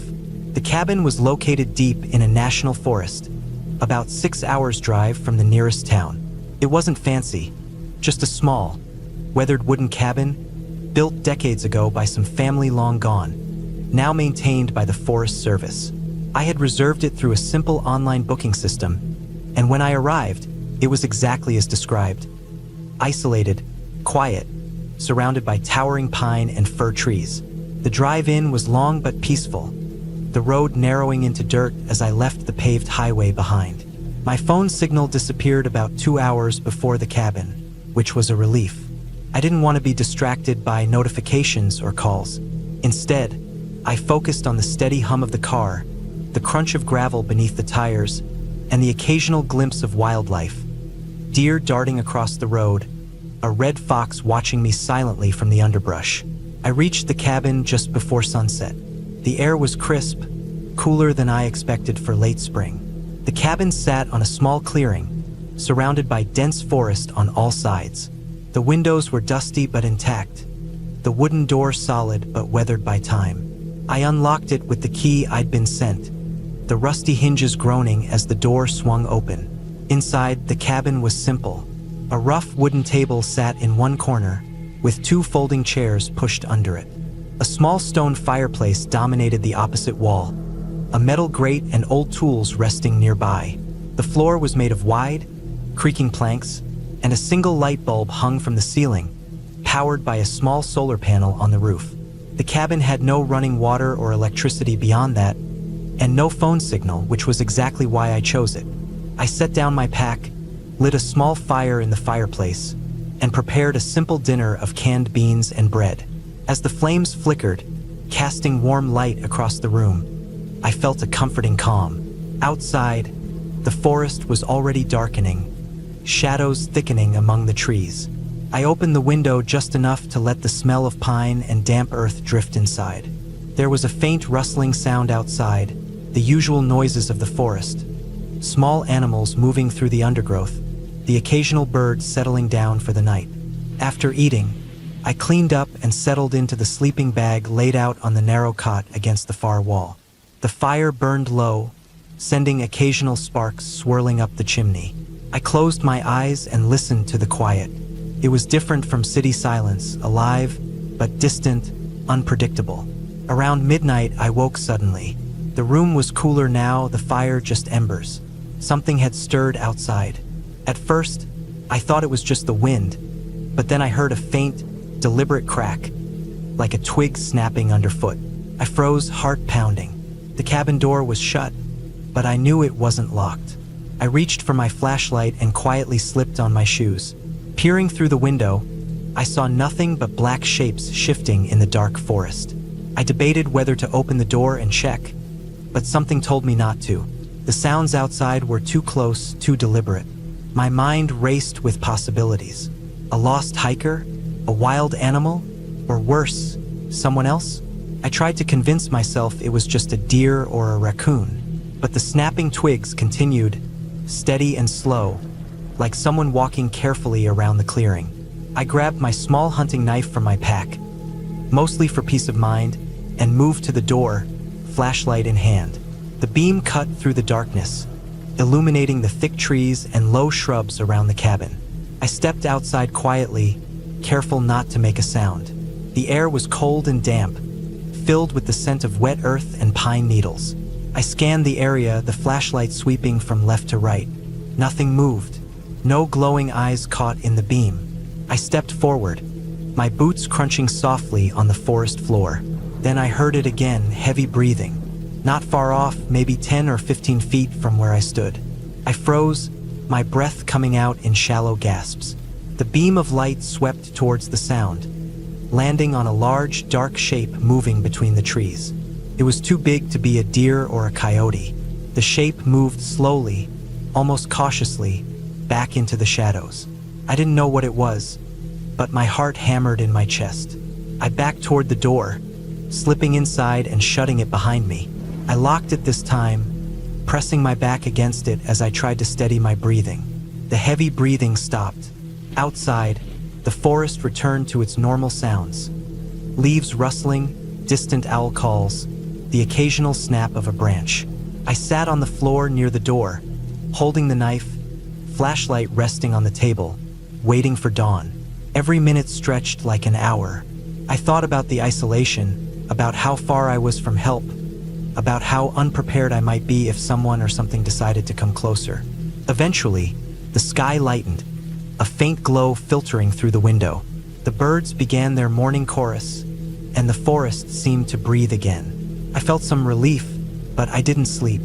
I spent the next day exploring the area cautiously. The woods were beautiful but eerie in their silence. I found old logging trails and a nearby creek, clear and cold. I stayed near the cabin mostly, keeping the fire going and checking the locks on the doors and windows. That night, the noises returned, but this time there were more of them. Scraping, heavy footsteps, and again, that breathing. I stayed inside, alert and tense. When dawn came, I packed up quickly. I couldn't stay another night. Driving back, my mind replayed the sounds, the dark shapes, the heavy breathing. I wondered what had been out there. A bear? Possibly. But bears usually make noise, and their breath doesn't sound like deliberate breathing close to the door. I thought about other people, hunters, campers, or something else. The forest was full of secrets, some better left alone. Back in town, I reported the strange noises to the Forest Service.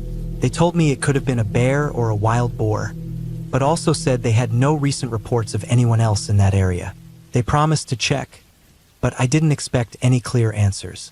In the weeks after, I avoided the forest, sticking to safer places. But sometimes, when the night is quiet, I still hear that slow, deliberate breathing in my mind, and I wonder if next time, it might not just be an animal out there.